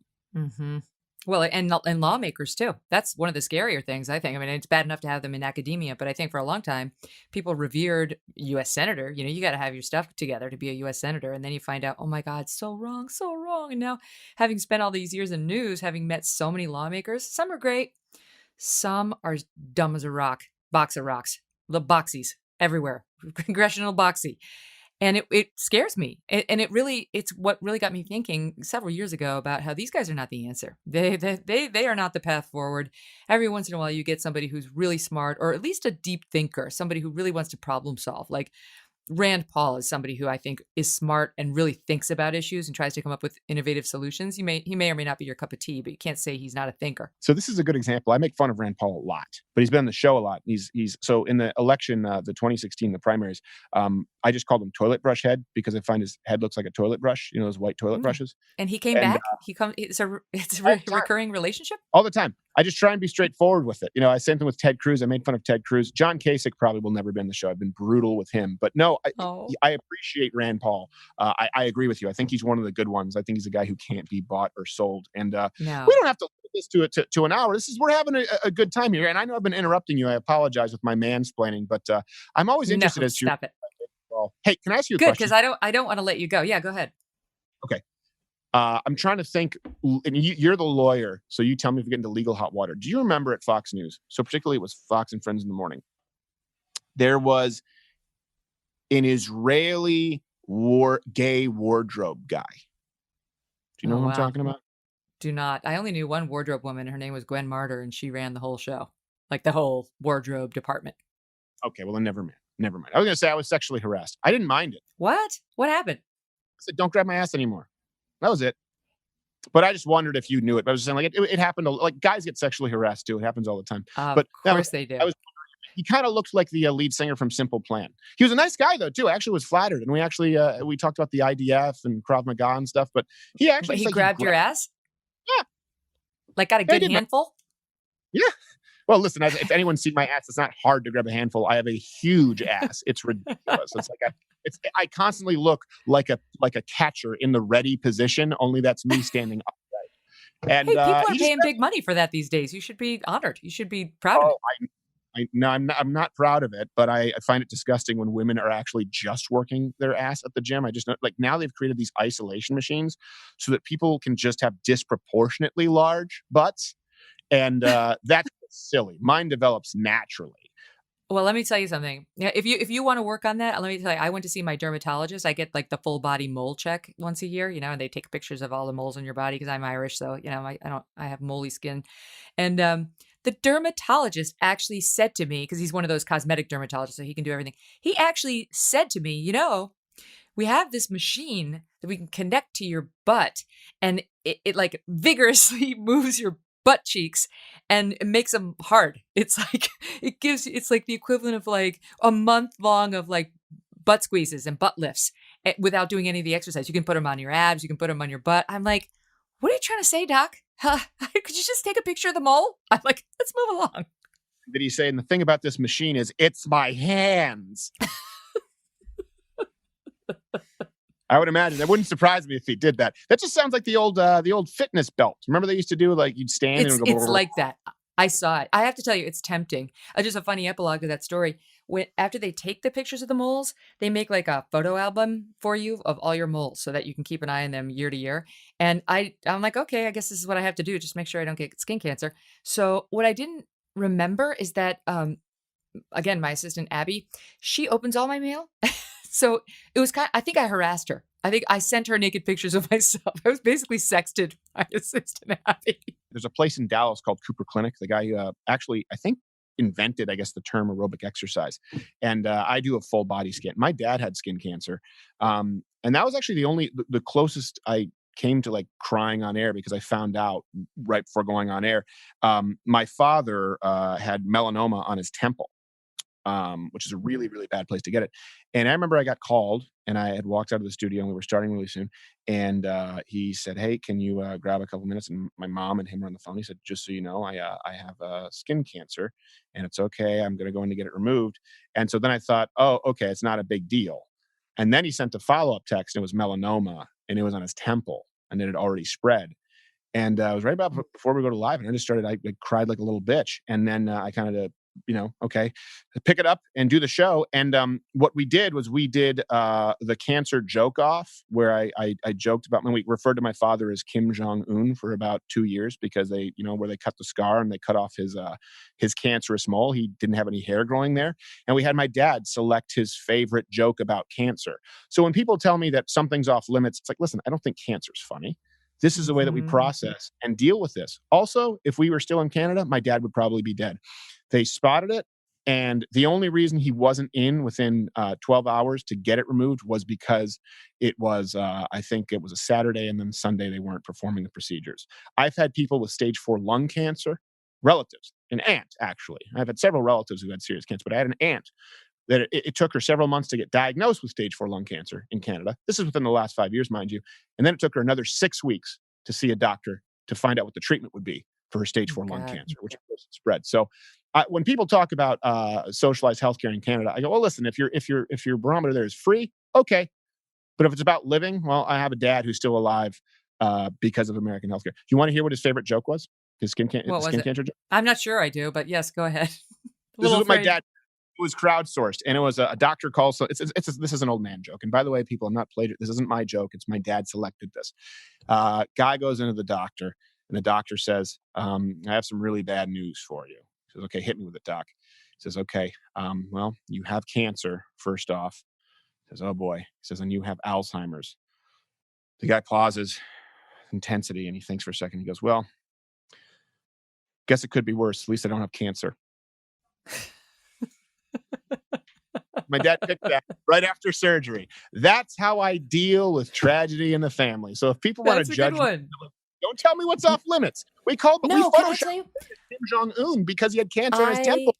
Left his I ass off. believe in the use of humor to get yourself through tough times. And I hate the crackdown. One of the things that's so awful about cancel culture is its crackdown on comedy. By the way, before we move off of socialized medicine and how it can be really dangerous, I hope you're listening, Canadian Debbie. We don't have those problems here in the United States, Canadian Debbie. I would get you great health care if you just move here. I would make sure your whole family were covered. Okay. But anyway, I can't stand it. You go to like the Comedy Cellar here in New York, and it's like, I try to think of the cleaned up version of these guys' routines, and I want to cry in my soup. It's like, I don't get how we've gotten to this place where everything has to be offensive. You can't joke about, and you can't make it as a comedian anymore. And even the ones who are paid to entertain us on late night television, they don't even want to try to make us laugh. They just want to go political. I mean, all they want to do is sort of politics in our face. I just feel like what we're doing to each other is insane. The people who are supposed to be funny are lecturing us, and the people who are supposed to be laughing are lecturing us, and the normal people are sitting there saying, "Am I the crazy one? Maybe I am just offensive in everything I do." No, I don't think that you're the crazy one. And there's a difference between being vulgar, so you can find vulgarity everywhere. You can have Stephen Colbert calling our president's mouth Putin's cock holster, right? But where is he making any jokes about Joe Biden? For example, going back to Justin Trudeau, we did a silly little sketch. People got really mad where I was as Justin Trudeau. And by the way, my Justin Trudeau costume, it's literally just a giant vagina costume. That's all it is. That's Prime Minister Justin Trudeau. Is a suit and then a vagina costume with the Canadian flag pin. It's an ongoing character. On behalf of all vaginas, I object. Yes, well, listen, I would object as well. I wouldn't want to count him amongst them, but there it is.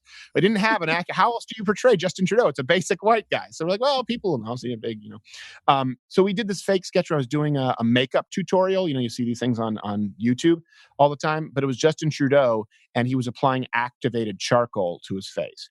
And so by the end of it, the makeup tutorial is him inadvertently going in full blackface. And people were offended at that. Now listen, there's nothing vulgar about that. And by the way, this is a guy who did blackface like 29 times. Okay. Yeah. So that is more offensive. Cock holster is not. Amy Schumer, I'm so drunk and I go doggy style. That's not offensive. But but painting Muhammad as Bob Ross in something that should be rated G is more offensive. And that's why I say it's not dirty. Dirty's not risky. Dirty's not a new frontier. There are third rails, and that's what bothers me. The third rails are opinions that you are not allowed to express. And so people are often surprised where they go, "Oh, I can't let my kid watch your show." I go, "Really? Why not?" "Well, you do some stuff." I go, "What was it? Is it the activated charcoal, the blackface?" They go, "Oh, that's a rough one." I go, "Your kid can see that." Is it the Bob Ross, Muhammad? Now, there are some things that kids shouldn't see, but the truth is it's actually more family friendly, but it offends far more people. Amy Schumer didn't have NBC Universal Vox try to get them erased from the biggest online platform in American history. That didn't happen with Stephen Colbert because they're pretenders. They're pretending as though they're being edgy. And really what they're just doing is they're looking for their audience of trained seals to clap for what's funny. When we go and we do a show, until this year, we do the Halloween Spooktacular. We do 2 live shows a year, right? And often they'll want me to go and speak at a podium, and we'll have a rider, and they'll be like, "What, a smoke machine? What do you need this for?" And a laser light show, because it's an actual, it's a comedy show, and it's almost a rock show. We have music. We really try and make it fun, have a party on campus. But we don't have someone with an applause sign.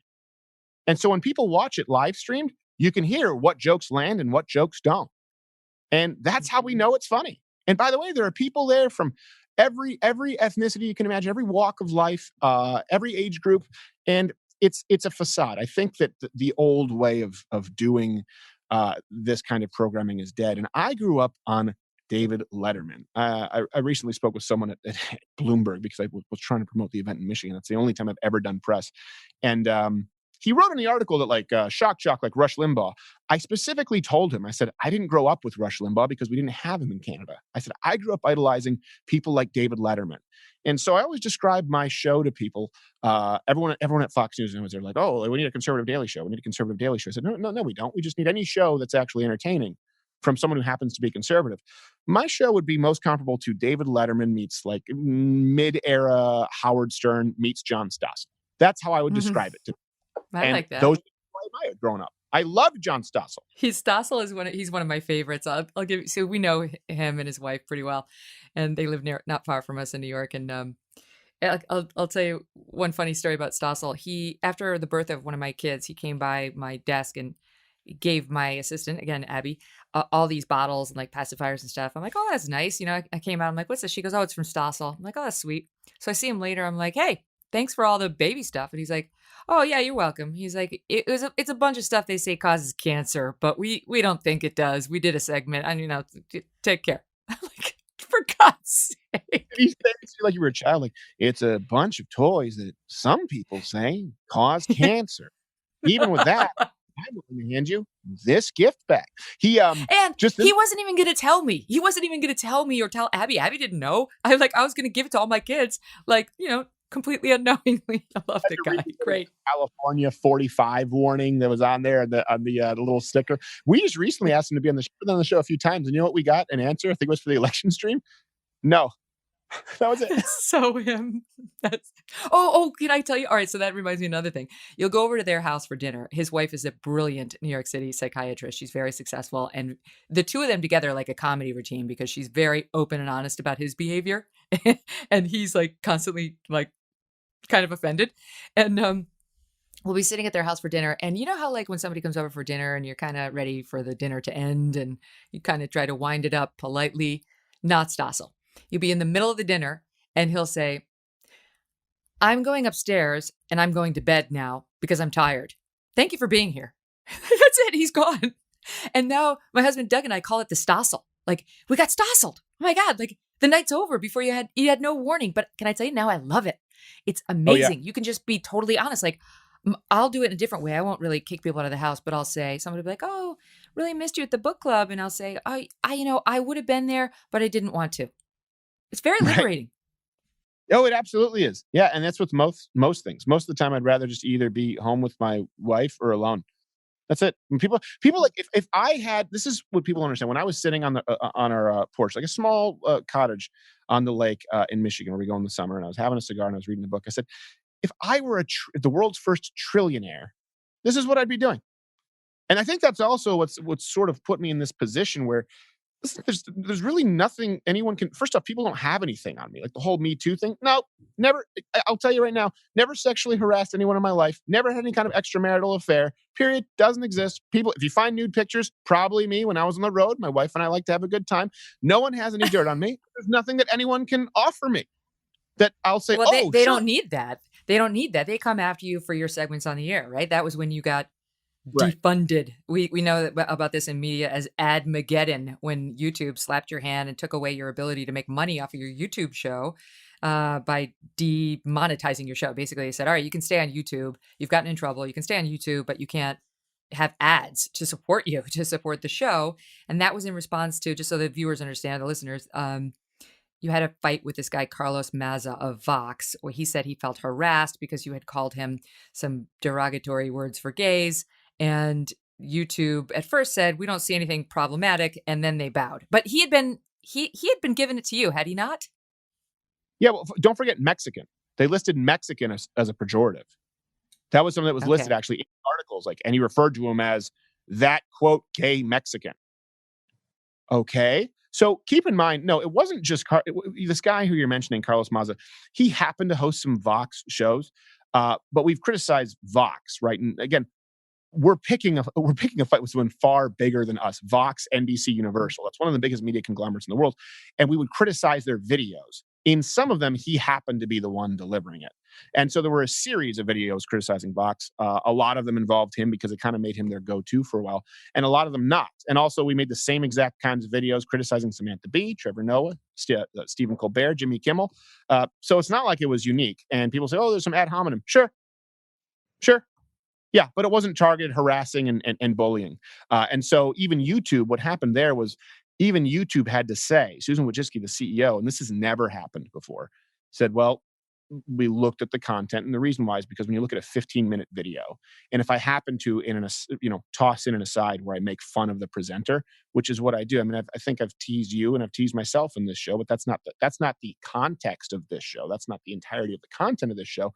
YouTube had to say these videos were clearly transformative, where Stephen was criticizing the ideas and presenting sources, against Vox. And so they said we didn't violate any policies, but they had to appease a social justice leftist mob, and so they just demonetized us, which was totally unprecedented. And I'll tell you what, Mm-hmm.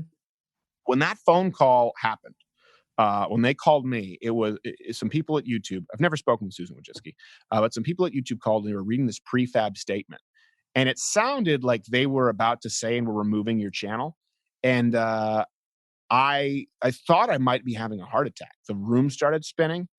Because I'd already spoken with YouTube for a very long time, by the way, and knew that I was well within the bounds, what was considered allowable content on YouTube. I've never tried to run afoul of that. That's never been my goal. I just want to know what the rules are.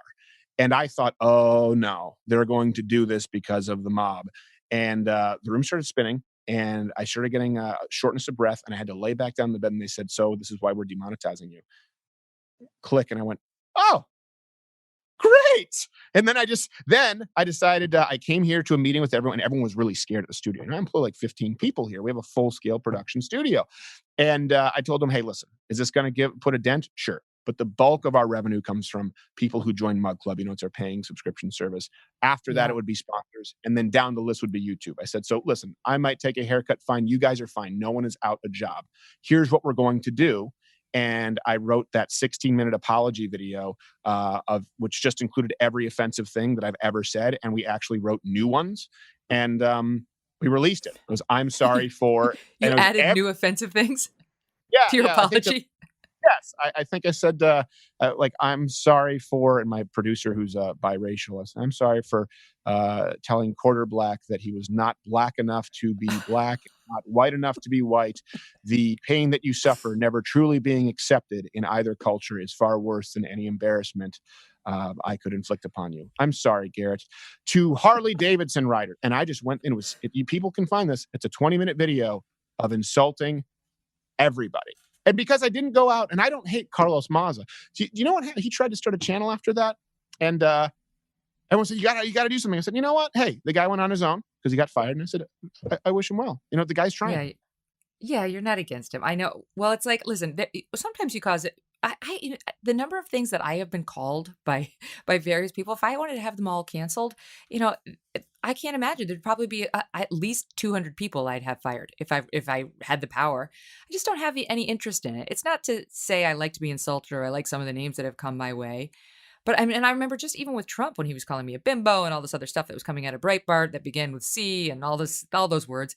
And people say, you have to respond, I'm like, I'm not going to respond. I don't want to respond. What other people think of me is none of my business. And I'm not the thought police and I'm not the word police. And I am strong enough to ignore this and move on, going on. As my sister-in-law, Diane, again, my spiritual guru, she always asks, is this something I can completely ignore and go on leading my beautiful life? And honestly, when somebody calling you mean words, I can't think of a situation where the answer to that would be anything other than, yes, I can. Yes, I can ignore that too, and I should. Right. No, I will say there's a little bit of and before you jump on me, a little bit of female privilege there, and that there's something a little bit different in being a husband. Because I'll tell you what, I genuinely don't get offended. Okay, I really don't. I don't care. People can say whatever they want. People have come up, they've cussed me out. I had a transgender autistic person in a Letterman jacket throw a homeless person's lunchbox at me, and Oh my God, there's YouTube a lot in there. demonetized. There's a lot in there. Yeah, that actually happened. Can you It was say it a again? Transgender, homeless. transgender, I believe autistic because they had a fidget spinner. A transgender autistic black person in a Letterman's jacket steal a homeless person, a hobo's lunchbox, and throw it at me. And YouTube demonetized the video because I laughed at this person. I laughed at this person because this person goes, oh, you know what? You don't know what it's like to be a woman. F you. I just became a woman. And I laughed. Like this is a man with a shaved head and a Letterman's jacket and lipstick and he's throwing a homeless man's lunchbox at me, and my laugh going was considered hate speech. Anyway, I'm still so in other words, confused. I can endure. Just I'll if you want. I think I need to get your email. I'll send you the video after this. It's called "When Transgenders Attack" because I was literally attacked by this transgender person. This transgender person stole a homeless person's like a pencil case, but it had his lunch in it, and whipped it at me when I was at a table doing Change My Mind. And me laughing at this person shuffling off in platform heels was considered mocking his or her immutable characteristics, according to But YouTube. can I tell you something? I think most people have a very high threshold for offense. I do. I think the average American is like, I'm fine. And I think this is one of the reasons why the left loses its mind. Again, by left, I mean established left over there on the far left. I don't mean a normal liberal or progressive. I have lots of friends in that category who don't feel this way. But that's why they get they get so judgmental. The left does when people don't get offended when Trump says this or he says that, or some Republican. It's always a Republican says something that's borderline quote offensive, and most people shrug or they yawn, and then they're like, "You too are a bunch of bigots." It's like, I just, what my offense is that I wasn't offended enough. All right, I'll work on it. I'm gonna get angry. I'm gonna get angry. I will work on it. Yeah, no, I think you're right, and that's why I think the message sort of falls on deaf ears. But to go back to what I was saying about the female privilege, like I said, let me explain this a little bit. For people who are so open to all sexual lifestyles, they're very quick to call me a fag, right? Very quick. If you just read the YouTube comment section, I don't think anyone has ever been called in the word. I use this word Jew fag more than myself, just because I support Israel and apparently the gay insults. Like, oh, you're quick to weaponize sexuality, and by the way, it doesn't really insult me because I don't have a problem with anyone being gay. So that doesn't bother me at all. But what did bother me is, and I almost shouldn't say this because people say it gets under your skin, but I have a great wife who told me, listen, just I understand where you're coming from, but don't worry about me. We haven't had children. You asked me about that earlier. And I noticed that you paused and I said, hopefully soon, God willing. Well, the truth is my wife and I have been trying to have children for a long time. And I can talk about it now because I've talked about this on air, but we found out that my wife had an issue. And not like Lena Dunham has every single issue when she claims it. Like my wife actually had to have surgery for scar tissue. We found out she had endometriosis and she had some issues going on. And then when she came out of a procedure actually recently, she was paralyzed from the waist down because of a reaction to the anesthesia. But what really bothered me, and now we're doing IVF, and as Christians, we're doing it in a way where we only fertilize the embryo that will be implanted. So before people send their hate mail, it's something we've looked into quite a bit. But people would spread these. There was a rumor spread that Stephen is gay. Look, he's 30. He's married to a beautiful wife, and he won't even give her children. And until now, where people kind of know because we've talked about IVF, and I've wanted to be, I've wanted to let our audience in on that and educate them. I never talked about it because it was private, and I'm not going to throw my wife under the bus and say, "Hey, my boys can swim. My wife has, whatever it is, a tilted pelvis or whatever the medical terminology is." And it really bothered me because my wife reads the comments, and I say that because I think it's a little bit different as a woman. People insult your husband, you get mad, but you don't want to tear someone's head off in the same way as a protector and a provider. And it was something that I can't protect her from other than saying, don't read it. And my wife said, you know what? I understand, but don't worry about me. Because I was like, I signed up for this and she didn't. And that is something that has always bothered me. But I've really learned to get past it because my wife has said, it doesn't matter. So it doesn't matter what someone calls me. I get that they're just doing it to try and get to you. I understand all of that. I think my husband Doug can relate to your feelings as well. Like he and even George W. Bush. Yeah, I remember he was saying it's easier for him to be criticized than to hear his dad criticize George H.W. Bush. This is years ago, and I think that's how Doug feels. Doug can take it if you attack him, but he gets upset. He gets upset at the really nasty slings and arrows that come my way.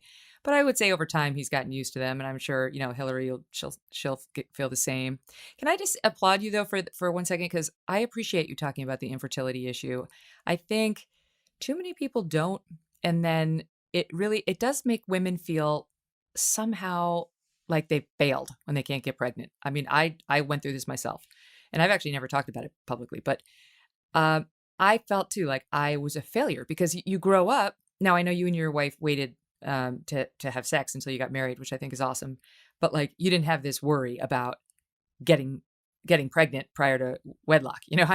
I didn't follow that same path. So I was one of those people who was like, oh my God, the first time I have sex, I'm going to get pregnant. I'm going to get pregnant. I think that's how most women are. Like I'm like the most fertile person on earth. And then when you get to the place in life where you actually want to have the babies, and you have any sort of trouble, which so many women do, especially because a lot of us, not Hillary from the sound of it, but a lot of us wait until we're older, we're advanced maternal age. For me, I was 38. You find out you can't, or it's at least an issue, and you're like, oh my God. And you do.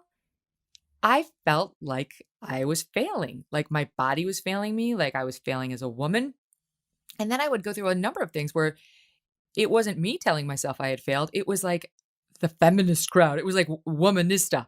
Like I had 3 C-sections. Well, apparently that doesn't count. You don't really have a baby if you have it by C-section. It has to come out vaginally or it doesn't count. Your kid doesn't count. You're not really a mother. I'm like, why the hell is everybody so interested in how my baby's going to come out of my body? Back off. Same thing with breastfeeding. If you don't breastfeed the kid, exclusively for all the time, you give formula. Well, you suck as a mother. Your child's not as good as mine and you're a bad It's like the shaming that we do of people. But I think the only way forward is to talk more about it. There's no shame in having endometriosis or an issue that makes it difficult for you to get pregnant.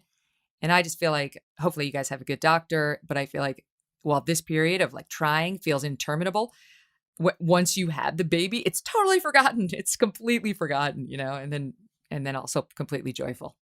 Well, I appreciate you. I didn't know that you hadn't spoken about that. I brought it up when I asked my wife, and after a while, we had a miscarriage, which I think some people don't understand, is devastating to the man as well. When people say my body, my choice, well, that's absolutely true. And I understand that my wife is dealing with something physically, a physical connection that I never will. But you have to understand that I was naming that child. I was wondering if he was going to have my eyes or my wife's eyes. I was wondering if it was going to be a boy or a girl.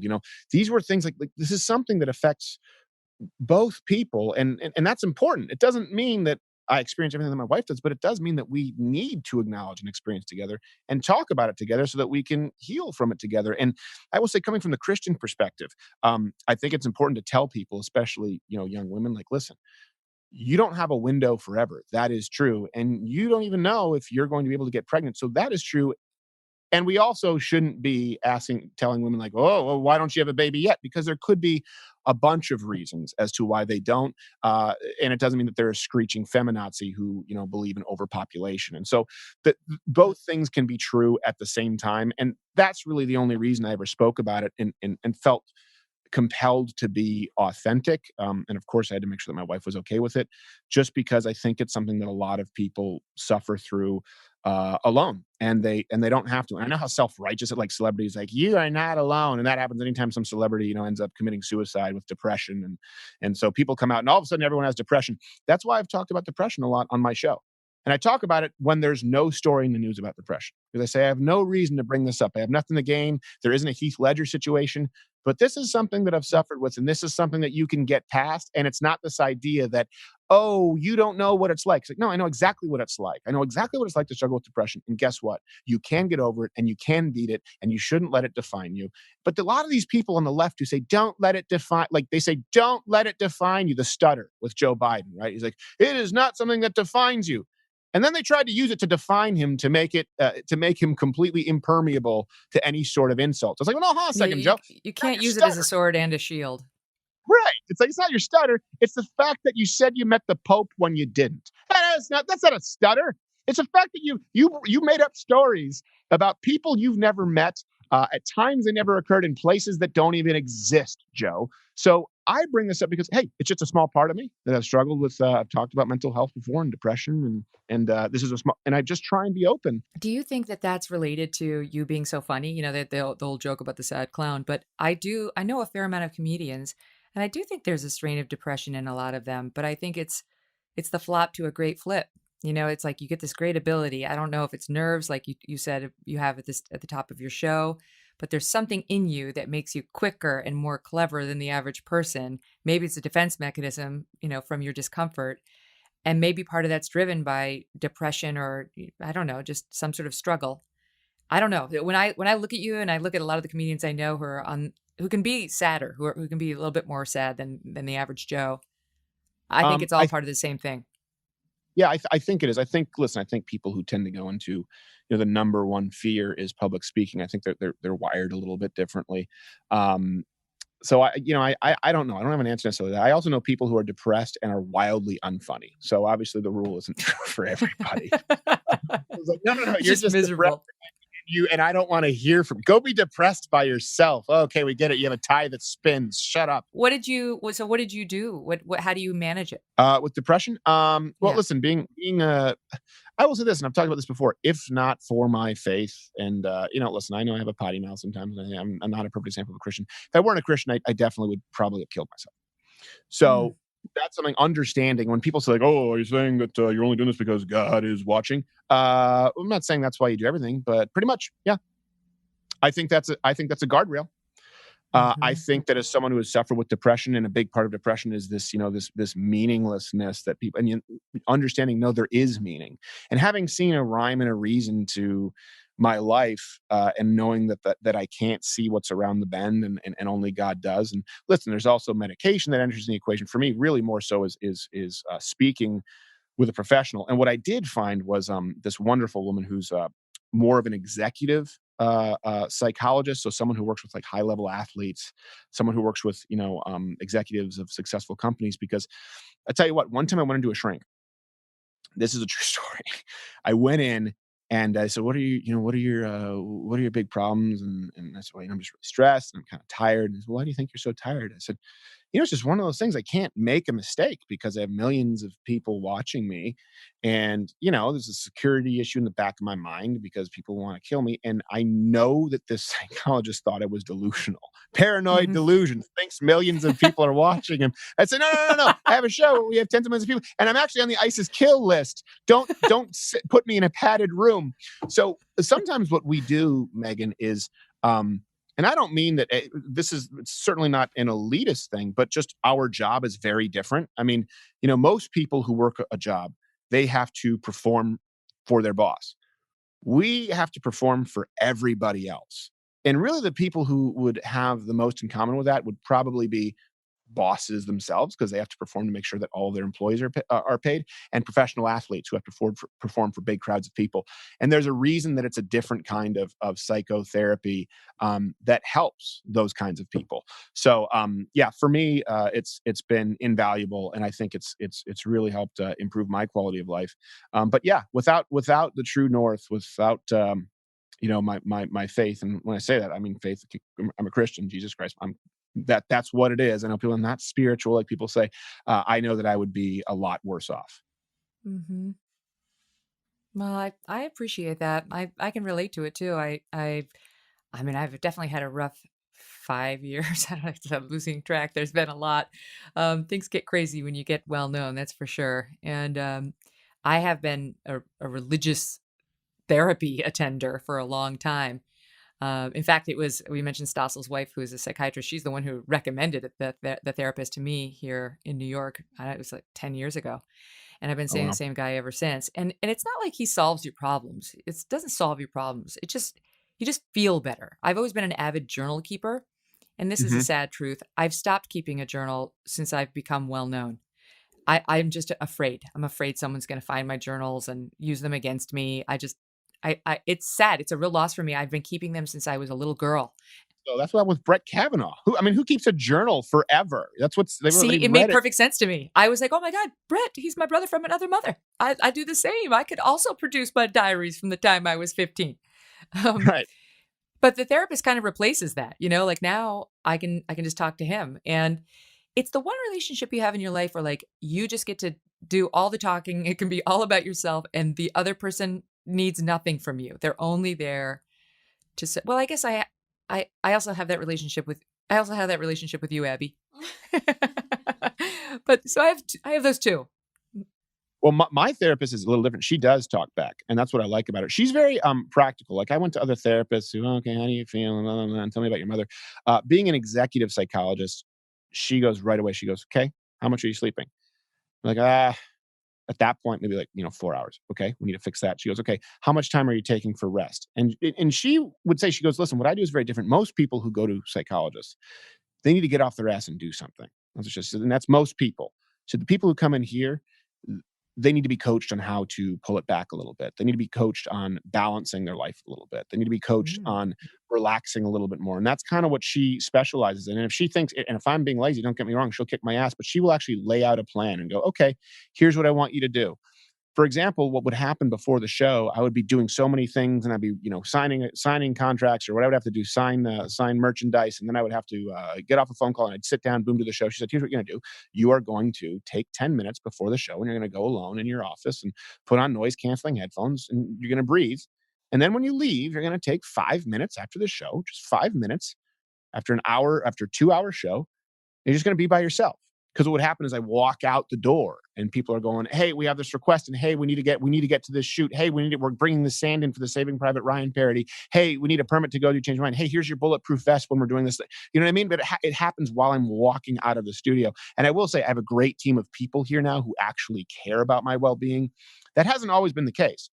And, we have a big mural of Andrew Breitbart, who was really kind of my mentor on the conservative side. I'll tell you what, I watched toward the end of his life. I watched people who were beholden to him for their paycheck, and they should have told him to slow down. Everyone knew it. Mm-hmm. And instead, they wanted more and more and more because they wanted to be a part of the Andrew Breitbart show. And he was the first person to RSVP at my wedding. I never worked for Andrew. He never paid me a dime, but he had some health scares. And I remember looking at people who worked for him going like, why aren't you telling him that he needs to take some time? Why aren't you telling him that he needs to slow down? Why aren't you telling him that he needs to focus on his health? Because the people who work for you, listen, you're their meal ticket. And they don't do that. Guess what? I actually do have. That's why I really, people say it's like a family. I have people here who do that now while I work. They go, hey, go home. We have some stuff we can work on without you. You've been doing this for 15 hours or whatever. And so I really have to just say my psychologist is very helpful. I have a fantastic wife, my faith, and I cannot stress the importance enough and how grateful I am for the team of people that I have around me, because that has been a big difference maker. When I was in Fox News, the darkest time of my life was I was at Fox News, and I have a little bit of a compulsive personality. Some people become self-destructive, and I'm like, let me replace it with something productive. So I was in New York City. Fox News. They made me move to New York, and let's say I appear 5 times a week. But what else do you do? And I wrote an article for the Fox. That was basically what I did, and they had me on, a retainer, so I couldn't exclusivity. So I started doing Brazilian Jiu-Jitsu 9 times a week, in addition to lifting 2 or 3 times. So basically 2 a days, which even professional athlete, it was very stupid. I turned my joints into a fine powder, but I had nothing to do. I was like, I got to do something. I'm sitting alone in an apartment, and I have no friends. Then what happened was I blew my back out at a 24-hour fitness. You know how gyms in New York, if they don't have air exchangers, they get so humid. And what happened is I was just doing a row. My foot went on this grip pad, and my foot slipped off. And you could actually hear and I fell back. And when they tried to bend me up, I actually blacked out from the pain. I actually passed out from the pain. So they cut off my clothes, and they couldn't get me into a stretcher because it's New York, and I'm sorry, but I hate the city of New York. I had to get out of there with my hair on fire. I know there are a lot of good qualities, but they couldn't even get me into an elevator or down the stairs in a stretcher. So they had to put a stretcher kind of across one of those like care chairs and have me sit on an angle. I'm in the ambulance. They cut off my pants from my ankle all the way up. Guy sticks his thumb up my ass, like he had fingers like sausages, because they're checking to see if your sphincter works right, to see if your back is basically completely ruptured. And I couldn't walk. I had completely herniated, ruptured a disc, and I was staring at the ceiling for about 8 hours, naked, and I didn't have anyone who could who was willing to come and help at all. I had one friend from the Lower East Side who came and he helped me back because I couldn't walk back. And then I had one person who was an intern at Hannity's show who I really liked. And I remember calling my girlfriend, who is now my wife at the time, saying like, hey, just so you know, she's going to have to help me like disrobe and put my pants on. And that was the moment of realization for me. That was when I said, okay, I don't think I'm going to renew what I'm doing here. I'm in a city that I hate.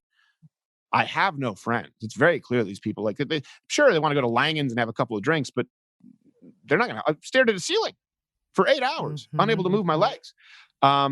and had to make some decisions, some real changes. But think about that. When I hear you talking about that and about how, it was like jumping off a cliff because you're young, you don't know where your next job is coming from. There's not a lot of outlets for a conservative in media, and certainly not in late night comedy, a lane that you might have otherwise pursued. So you're there, you're twisting in the wind, you're actually hurting, you're physically hurting, maybe emotionally hurting too. And I do think it's one of those stories that gives people hope. Like, look at you now. I mean, you're king of YouTube. I mean, of course, there's always something to keep you humble. Like I did that Tara Reid interview that you so kindly promoted on your show, and I was like, oh, this is so great. He's got like 1.7 million hits. It's awesome. And then I look at my kids, and they follow somebody who jumps into like little baby pools full of like plastic balls, and those people have 100 million views. So there's always something to keep your ego in check. But you're Yes. killing it, right? And it landed in a great place for you and your family. You're with a wife that you love. You sounds like you do have friends and good support now. I can relate to all of that. Sometimes taking that leap off the cliff, while damn scary on the first step and during the fall, lands you in a Yeah. much softer, better place. Where some guy at Lenox Hill jams his thumb up your ass. The guy didn't even ask. He didn't even warn me. And I was like, what the hell is going on? And here's actually, this is the true part of that story too. Do you realize it was a $10,000 bill? I didn't have any health insurance. I was a Fox News contributor, so you know how that works. Mhm. Didn't have any health insurance at this point. I was stupid, one of those kids who chose not to buy health insurance. Nothing will happen. But they tried to send me home. They go, okay, you're fine. Your back's fine. Go home. I go, I can't walk. They go, get up. And they start moving the hospital bed.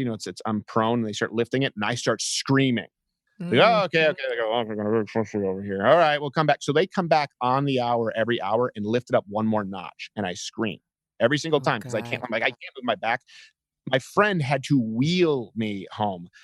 I get a call 3 days later. It's the chairman of the board at Lenox Hill Hospital. Either they misread the MRI or they read the wrong MRI, and I had serious stenosis and I had ruptured a disc. And here's what happened. It was like a $10,000 something bill. I'm like, oh, okay. Oh, you don't have insurance? It's cash? Hold on. Oh, it's like $40. And I was like, okay. What? Yeah, it was like, or it might have been They $300. just wrote it off? Well, because they realized they didn't have insurance, and they're like, hey, can you pay a couple $100? And I said, sure. Oh my I said, God, okay. that's That's unbelievable. what happens all the people don't know that because they overcharge. I mean, really, what happened? I had an MRI, I had a picture taken, and they cut off my clothes, and a guy jammed his thumb up my ass, and I looked at the ceiling for 8 hours. Well, meanwhile, you could have gotten that done in Times Square for like $500. You didn't have to pay $10,000. Believe me, I could have, and I hung out with Jim Norton quite a bit, so he knew all the hot spots. I don't think I've ever had a show where we've talked about thumb up the ass as much as we. I think it's not a thing I've discussed except for some woman I used to know. Well, okay, that's her problem. This is a medical procedure, and this is because they are testing to make sure that your spinal cord has not actually been severed. You know what, Megyn? You go and sit up there in your nice, never having had a doctor's thumb up your ass tower, and I hope that it's never to you. Assumes facts, not evidence, Mr. Male Privilege. Try to go for an annual as a woman every year. Everything's where it's supposed to be. You know exactly what the drill is, and then suddenly you're like, whoa, how you doing? Yeah, well, I get that same thing every year once I hit 40, and my dad's doctor used a kaleidoscope, which almost seems impractical. So, all right, listen, I do want to. I know I have to let you go because you've been so generous with your time, but can I just ask you because I'm dying to just ask you. All right, good, because I have to ask you about big tech. You're like the number one person I want to ask about big tech. When I saw the thing about Hunter Biden and Facebook and YouTube not allowing the story to go out, when I see Twitter's, not YouTube, Facebook and Twitter, when I see Twitter's little warnings all over people's tweets, like, are you sure you want to tweet that? Are you sure you want to retweet this? Don't you want to read the article before you, like, screw you, Jack. You're not my daddy. Like, move along, brother. And it's maddening to me as somebody who believes in the First Amendment and doesn't want Twitter making my editorial decisions. And you, of course, are, the poster child for this after everything that happened at YouTube. And obviously, you came back a year later. They allowed the monetization to come back, and you've landed more than on your feet. You've got millions and millions of fans and viewers. But what do you think? Because I think people are really worried about this, given the amount of power they have. And I don't know that government is the solution, but it seems like we need a solution. Actually, it's interesting the way that you described it. Are you sure you want to tweet this? You make Jack Dorsey sound like the modern equivalent of that bent back paperclip you're trying to I'm trying to spell rhinovirus. Did you mean rhinoceros? No, Clippy, get off my Word document. That's what he is. He's the new paperclip of Twitter. You know what? I think that everything you said is fair.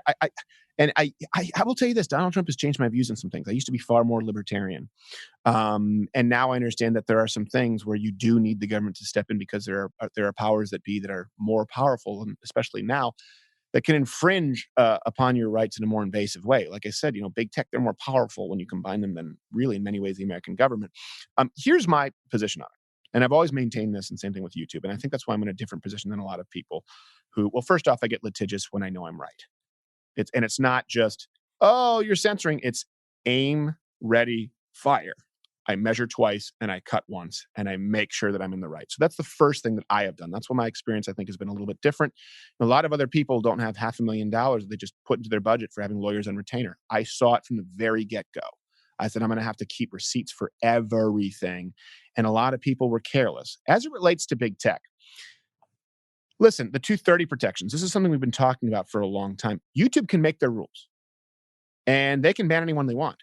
But when they say, hey, we are an open forum for all ideas, and no, we are not censoring conservatives, and we want you to be here, and especially when they take money from conservatives to advertise on their platform, which, by the way, they've done with me directly. Now we've entered into a business relationship. It's a little bit different. What I think is the first step, and I've been saying this for years, and it seems like we might be closer to it now, though I don't really know what comes from these hearings. And dear God, I just pray no one ever subpoenas me or summons me, because it's not like I have some information exclusively that nobody else out there would. So Crenshaw or Cruz, if you're listening, please, dear God, don't subpoena me. I think the first step is making them declare, okay, are you a publisher or are you a platform? Because if you're a publisher, if you have the ability to censor points of view, for example, if you want to make it your policy that it's hate speech for someone to speak out against 8-year-olds on puberty blockers, then, okay, you are now a publisher. And you lose your protections of being an open platform, and you are liable. In other words, you can't, for people out there listening who don't understand, like Sprint or Verizon, these are public utilities. So it's kind of the most apt comparison. They can't censor people. In other words, even if a bunch of neo-Nazis are just talking on the phone, or let's say neo-Nazis, because maybe their phones could be tapped and they could be actual terrorists. But let's just say some racists, or let's just say like Ilhan Omar's on the phone talking about how much she hates Jews. Okay, Verizon they can't just cut off her service. They can't do that because this is effectively, it's an open platform. They have these same protections. They're a utility. But the New York Times can say, we're not going to publish your piece. They're a publisher. So with YouTube and with Twitter and Facebook, they've been treated like the town square, like open platforms, which, is that, but that protection has to be predicated on this idea that barring actual crimes being committed, they do not touch the comments, the content. Everyone has an open and level playing field to express their point of view. And we obviously know that that's not the case. We know that that's not what is going on right now, despite what Jack Dorsey tells us with his bird feeder and his beard. And so I want them to have to declare it. I think they should be held to one standard or the other. Yeah, which they don't want to do. Just the audience knows they don't want to do that because it exposes them to liability. The Section 230 prevents them from having liability if somebody says something defamatory on their platform, because they're not a publisher. They can't control, they can't help what Ilhan Omar says on the phone line, to use your analogy. And honestly, to go with that, it would be the same as Sprint listening to racists having a conversation, and then suddenly one's words get cut off and the rest of the sentence can no longer be heard by the other guy because someone at Sprint has deemed your words offensive and not allowed to be on their platform. Everyone knows that would be absurd. That would never happen. But that's kind of what is happening. You're right. I use Ilhan Omar as an exact example. People don't realize she's an anti-Semite. Like, she's very clear. Like, she hates Israel. Let's put it that way. Rashida Tlaib is a little bit worse. Now, when asked about Hezbollah, there was something in some kind of interview. I did a joke about Ilhan Omar where she said, huh?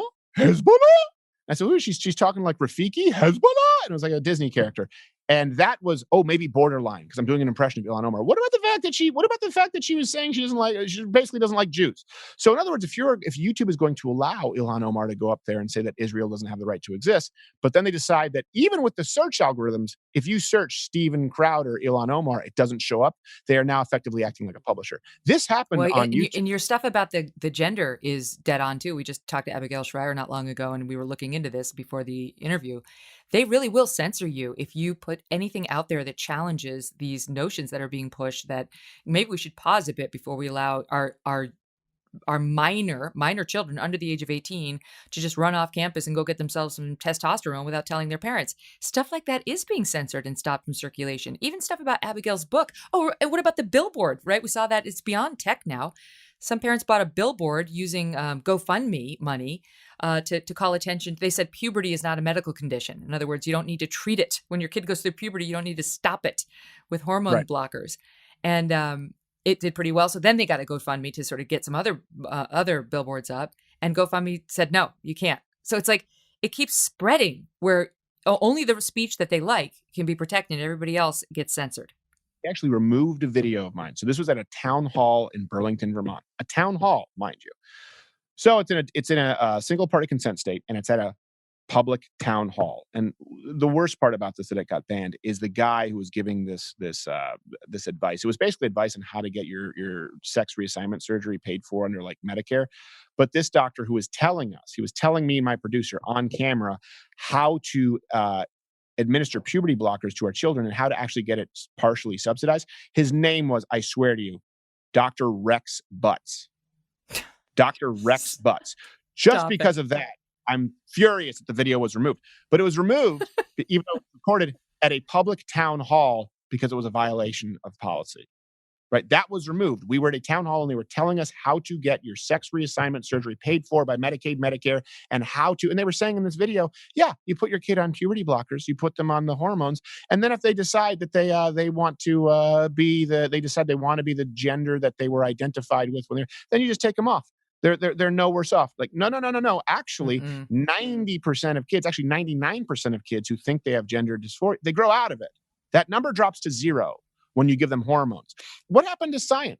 We follow the science. Oh, really? You follow the science on the No. homemade cotton mask that you're fondling, by the way. Joe Biden fondling it like it's the next 8-year-old at a rally. You're constantly touching it. What's the science that tells me that mask, not a surgical mask, not a mask that's washed in a commercial hospital, ultra hot washing machine and then replaced and sanitized after every use?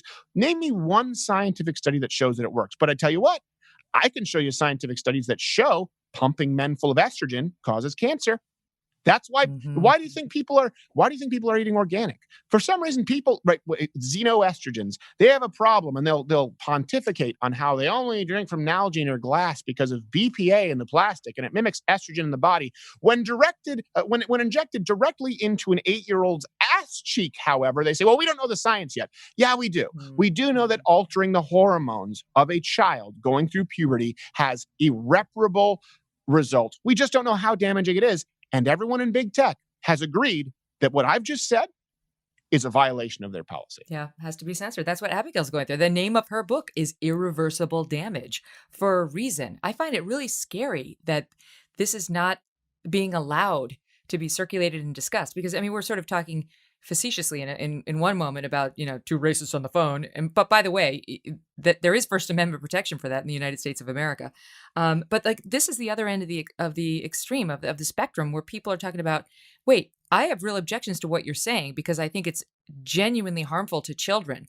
And those discussions are being silenced by these big tech bosses or even, the publishing industry because they've decided it's wrong. And that's an example where the scientists are working in tandem with those folks because they have submitted to the woke mob too. The scientists know that it's not okay to just affirm a child who the first time is saying, I think I might be a member of the other sex. That's not okay. You've got to probe. You've got to figure out whether that's real or that's coming from some other need for attention or a passing phase.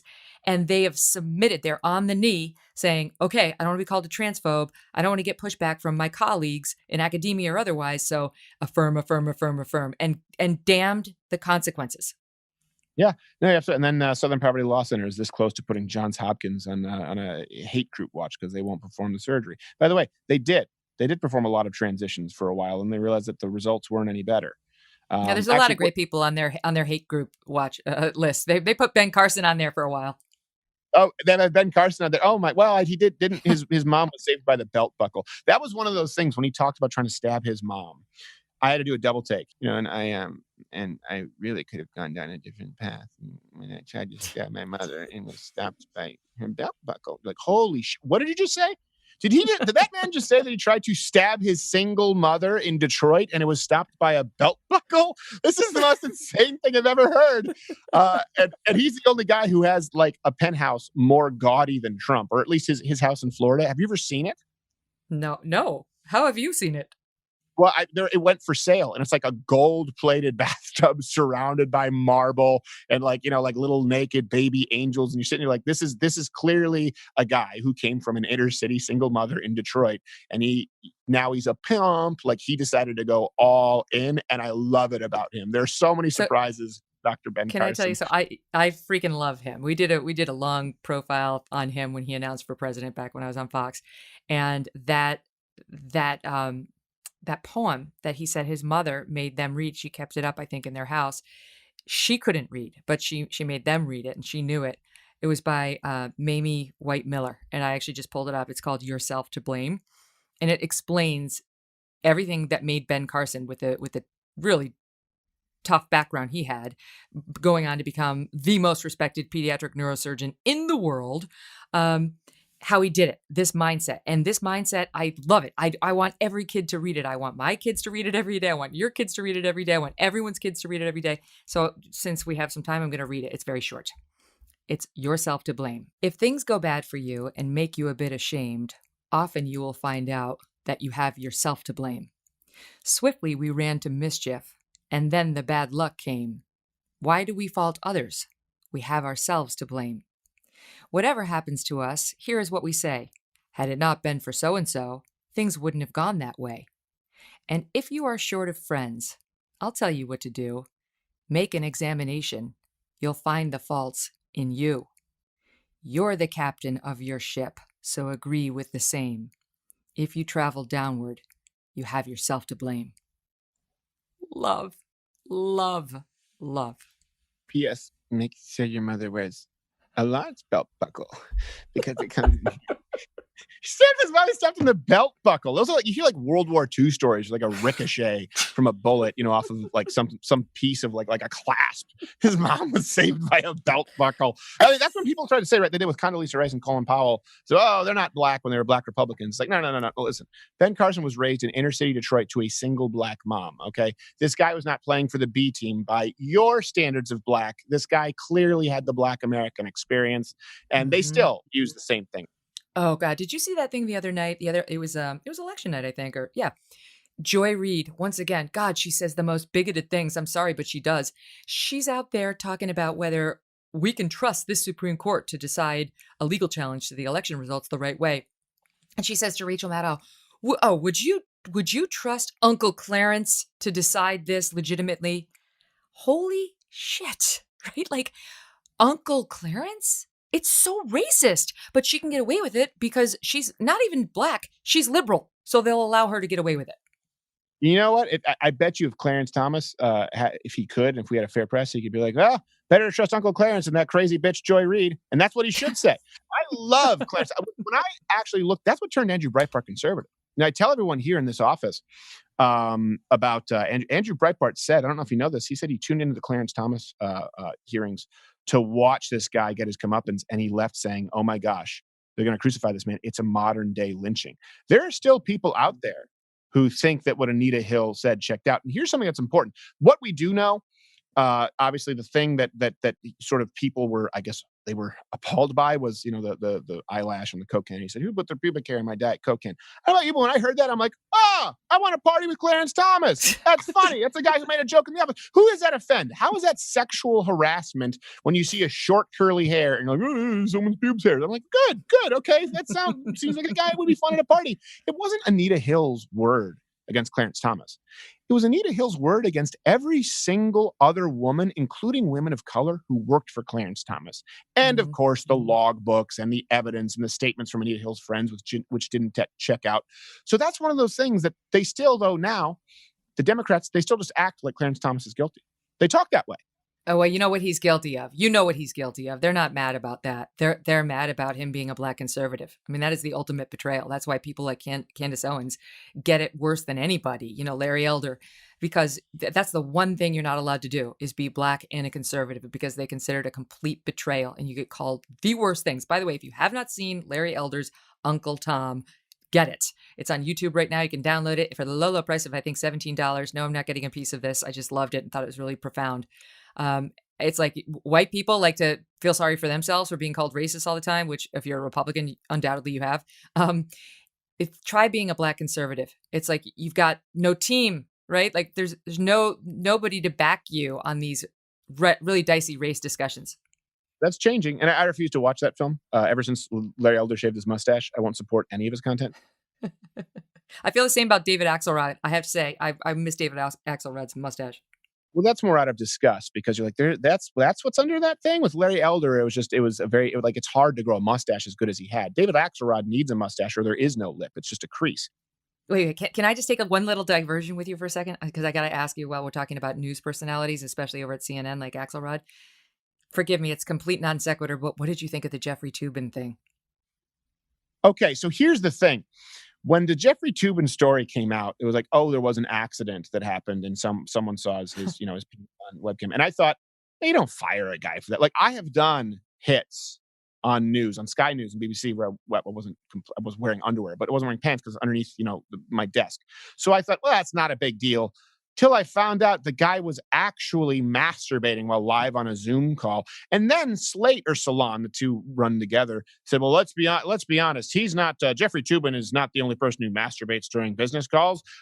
We all do it. He just got caught. I'm like, no. As a matter of fact, I think it's probably just you and Jeffrey Toobin. I do not masturbate on business conference calls.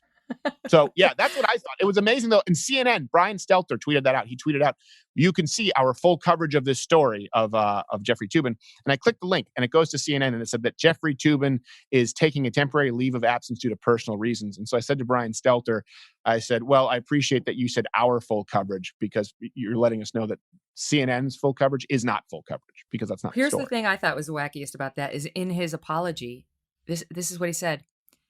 I believed I was not visible on Zoom.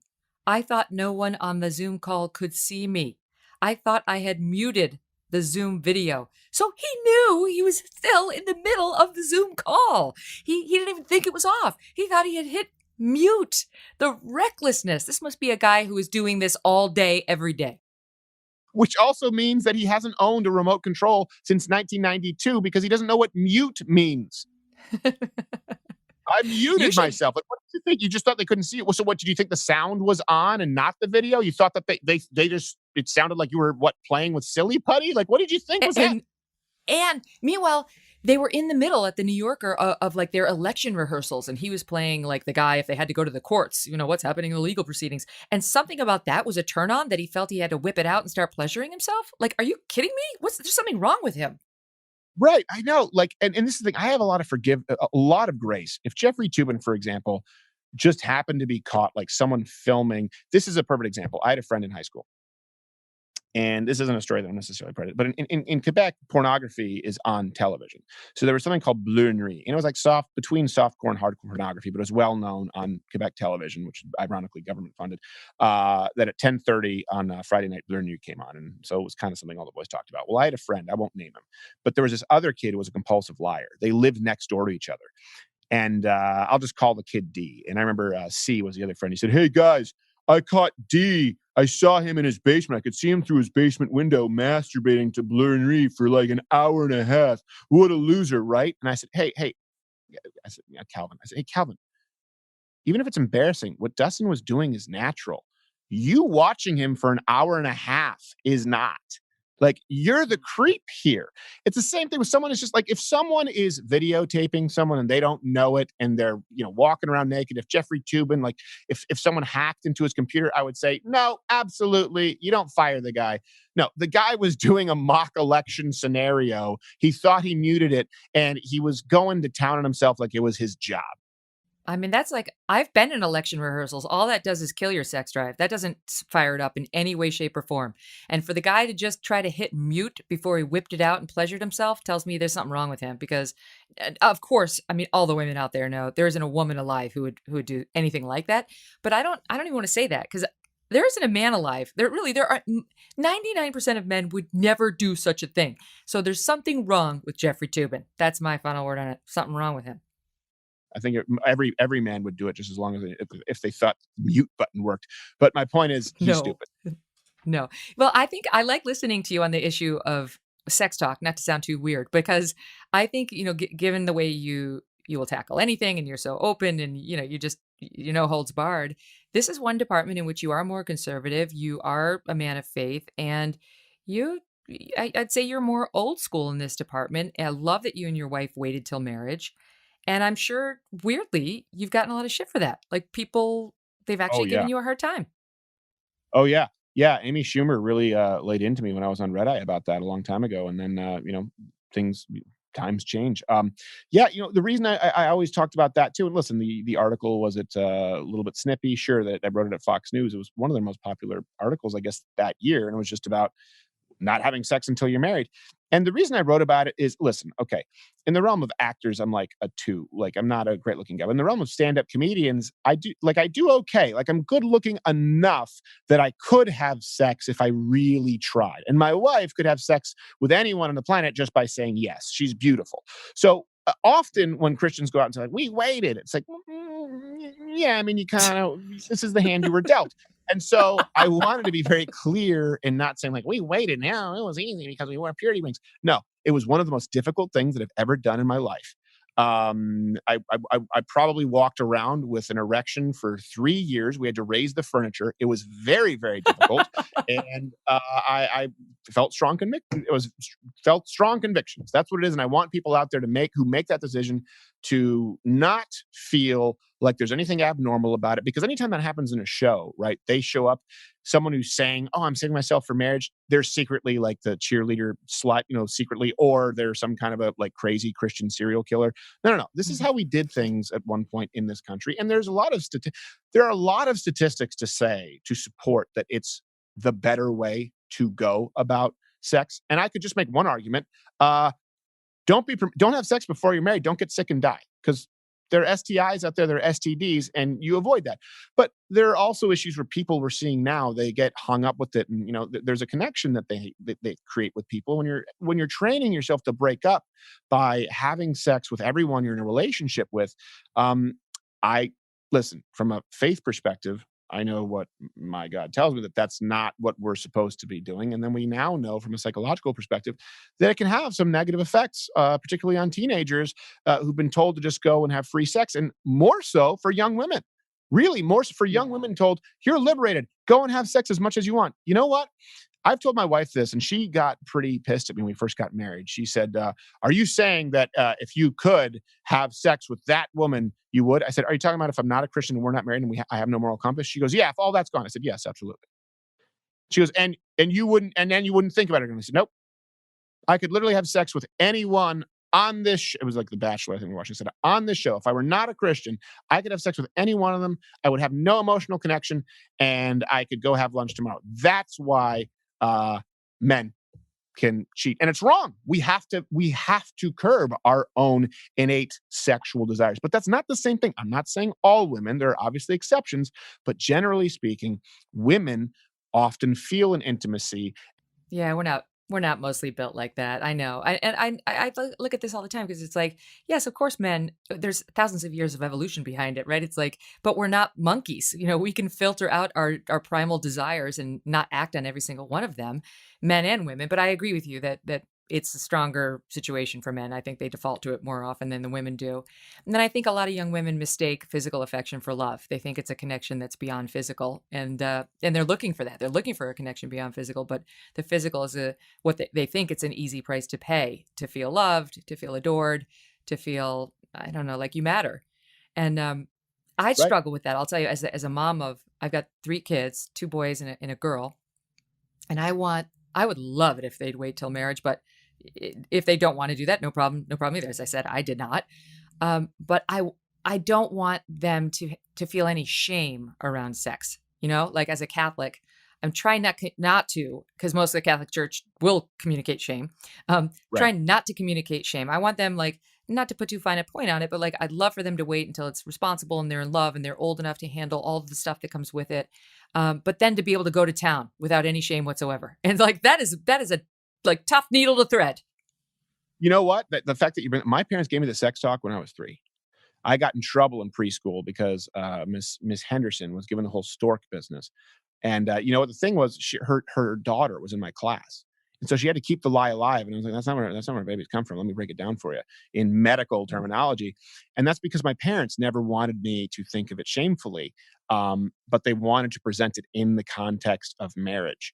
And it's funny, when I wrote this article, Amy Schumer was on. We were on Red Eye, and she said, "Well, you know, you're writing this, but you actually don't know. You're only in your 20s. Maybe when you're in your 30s, you're going to be in some really freaky shit." I said, "Yeah, and my wife will be right there with me. Great." Yeah, I'm very open about it, and sometimes that's one thing where sometimes Christians get upset. They think that that I'm a little bit too blunt.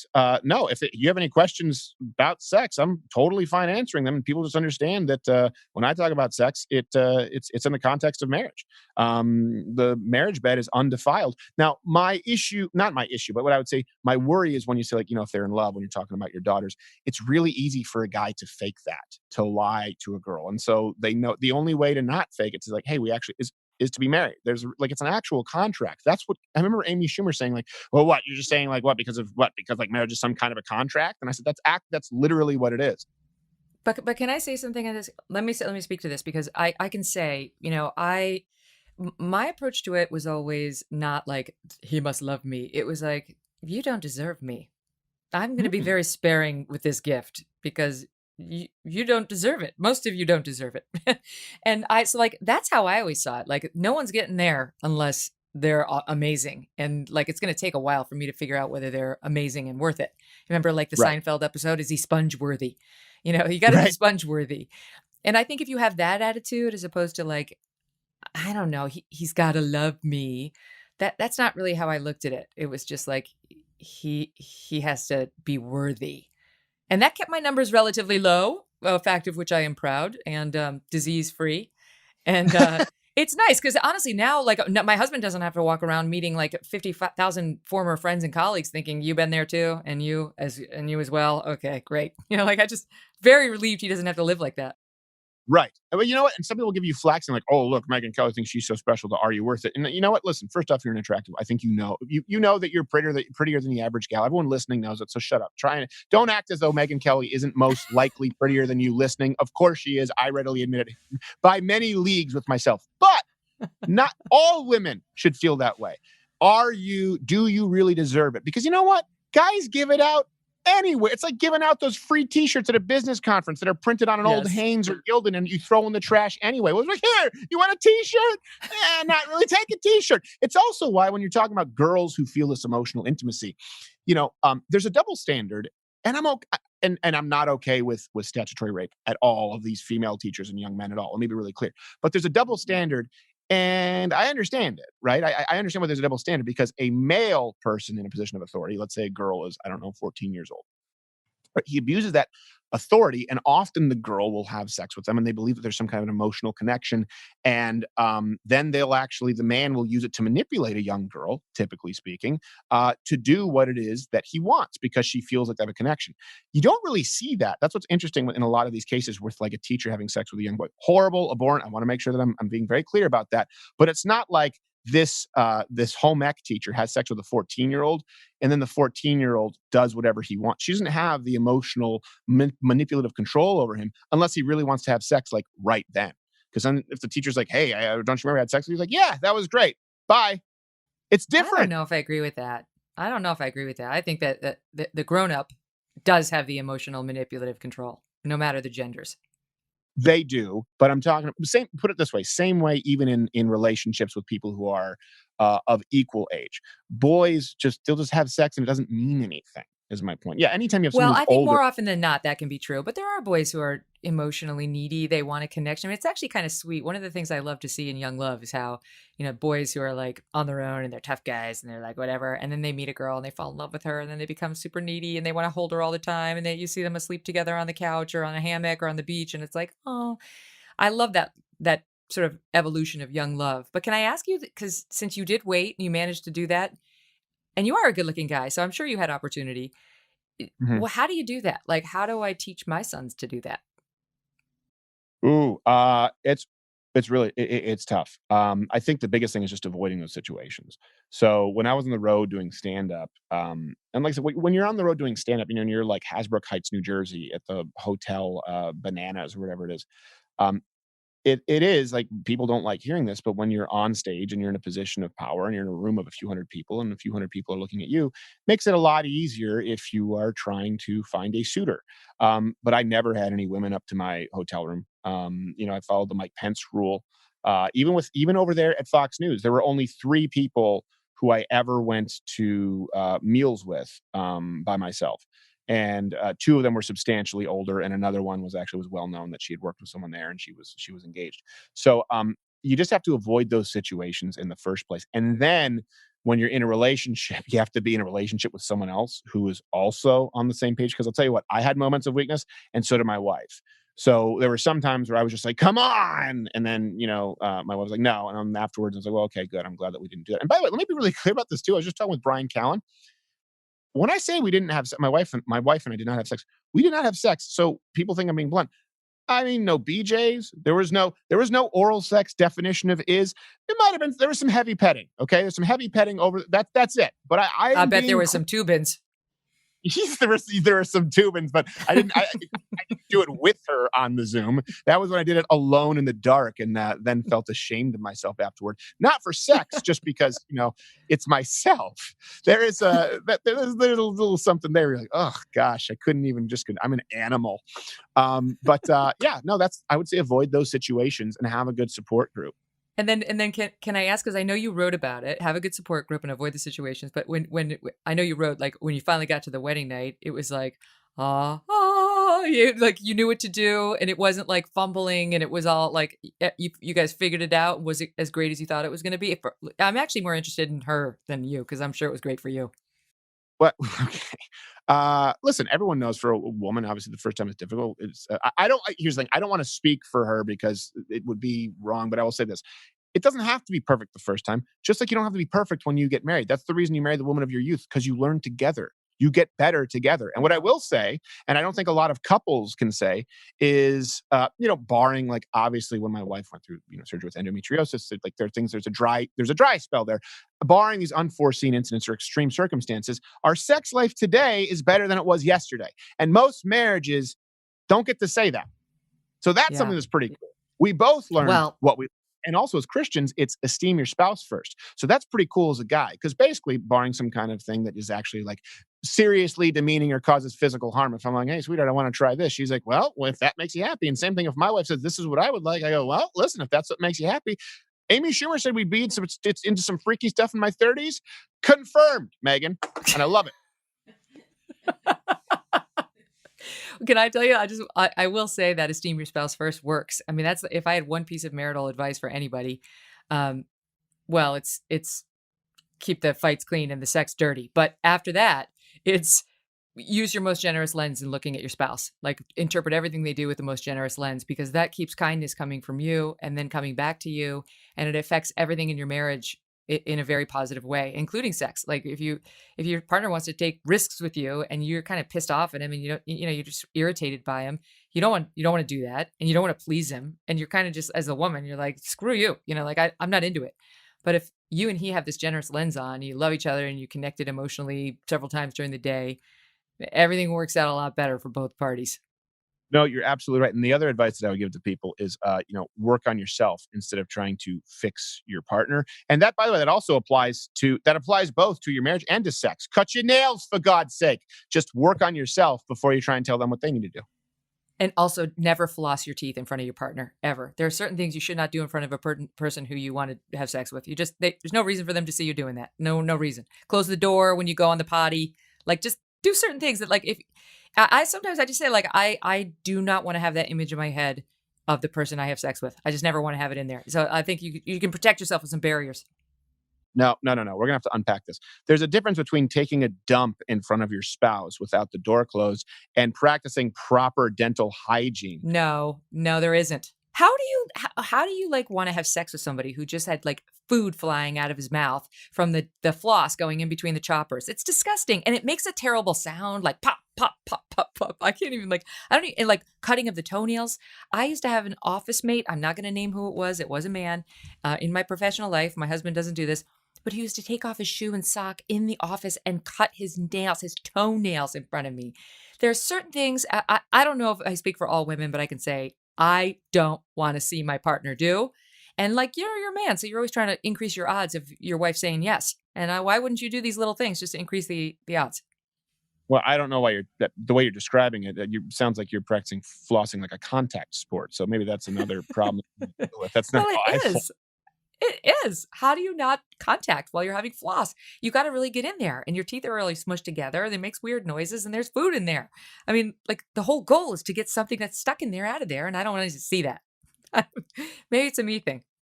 I just do it because otherwise my dentist gets mad. I go in and you're not been flossing. It's like, well, sorry, I didn't mean to ruin your whole month. So go back to jamming sharp metal knives in my mouth. So that's the only reason I do it, is because I don't want to be admonished by my dentist. Man, they That's it. know too. They've got an X-ray to your soul. As soon as you go in there, you're like, have you been flossing? Yes, definitely. And they know the truth. Next thing you see that evil water pick cleaner, which is like something from the devil. Have you ever had that one? Oh yeah, the water pick. And like, why do you want this thing when we put it in your mouth? Do you want bubblegum flavored or cinnamon? Like, oh, do you mean hobo's sphincter or trash bag? I guess I'll go with trash bag. I think we're getting a little loose with the definition, calling this bubblegum or cinnamon. If I actually engage my gag reflex, you screwed up the bubblegum flavor. Sphincter.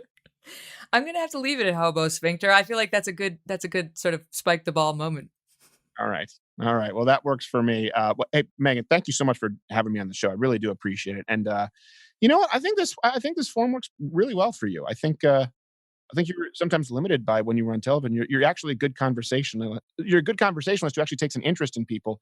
And I don't think even if you do take an interest in people, you can't take that much of an interest in people when, we talk about Fox News or those kinds of scenarios. It's like, don't get too attached because you don't really get to dig deep. Yeah, no, that's true. It's been such a joy of this new format to be able to actually have real conversations and not be constantly getting rapped in your ear, rap, rap. And Canadian Debbie, when she really wanted me to stop talking, she would give me the red rap. Like, okay, but there's no more red rap, and I am loving it. And I have to say, I want to tell the viewers that we sat down 3 hours ago, and I told Steven it's going to be an hour, and here we are pulling a Joe Rogan 3 hours later. But you're such a interesting guy. I just love your freewheeling nature. There's nothing you won't talk about. You're very honest, and good God, are you funny? You're so funny. I'm going to start watching the show more regularly, and not just when I'm on it. Well, thank you. I appreciate it. And I think this is going to be. I'm going to be really interested to watch your journey as you do this completely in the way that you want to do it with no other voices, because that's the Megyn Kelly that I want to see. Oh, my thanks to Steven Crowder for that. I do not remember when I have laughed that hard in an interview. The impressions of Justin Trudeau and Ben Carson's mother had me in tears. I hope you enjoyed it too. And and by the way, if you did, go subscribe to the show. If you haven't subscribed, that's apparently what I need. You need to subscribe to the show. And then if you want to give me a 5-star rating, that'd be nice. And perhaps also a review. Say hi in the reviews. Some folks have had guest ideas in there. That's been fun. I always screenshot it and we talk about it as a team. And I just appreciate the messages of love and support, you guys. They really do mean a lot to me. So thank you for taking the time of listening and then also reviewing and subscribing. Next week on the show, we're going to have Clay Travis and Dennis Prager on Monday. Those guys are good. They're both really deep thinkers who come at every issue from a different angle. And I've never interviewed them even individually, never mind together, but I've been interviewed by Clay, who is a thoughtful guy. And he's been sort of out fighting this cancel culture war on the sports side, pointing out how woke ESPN has gotten. And that's why some of those guys don't like him, but I do. So he and Dennis are coming on the show and we're going to have a great discussion. Have a great weekend. And I look forward to talking to you next week. Thanks for listening to The Megyn Kelly Show. No BS, no agenda, and no fear. The Megyn Kelly Show is a Devil May Care media production in collaboration with Red Seat Ventures.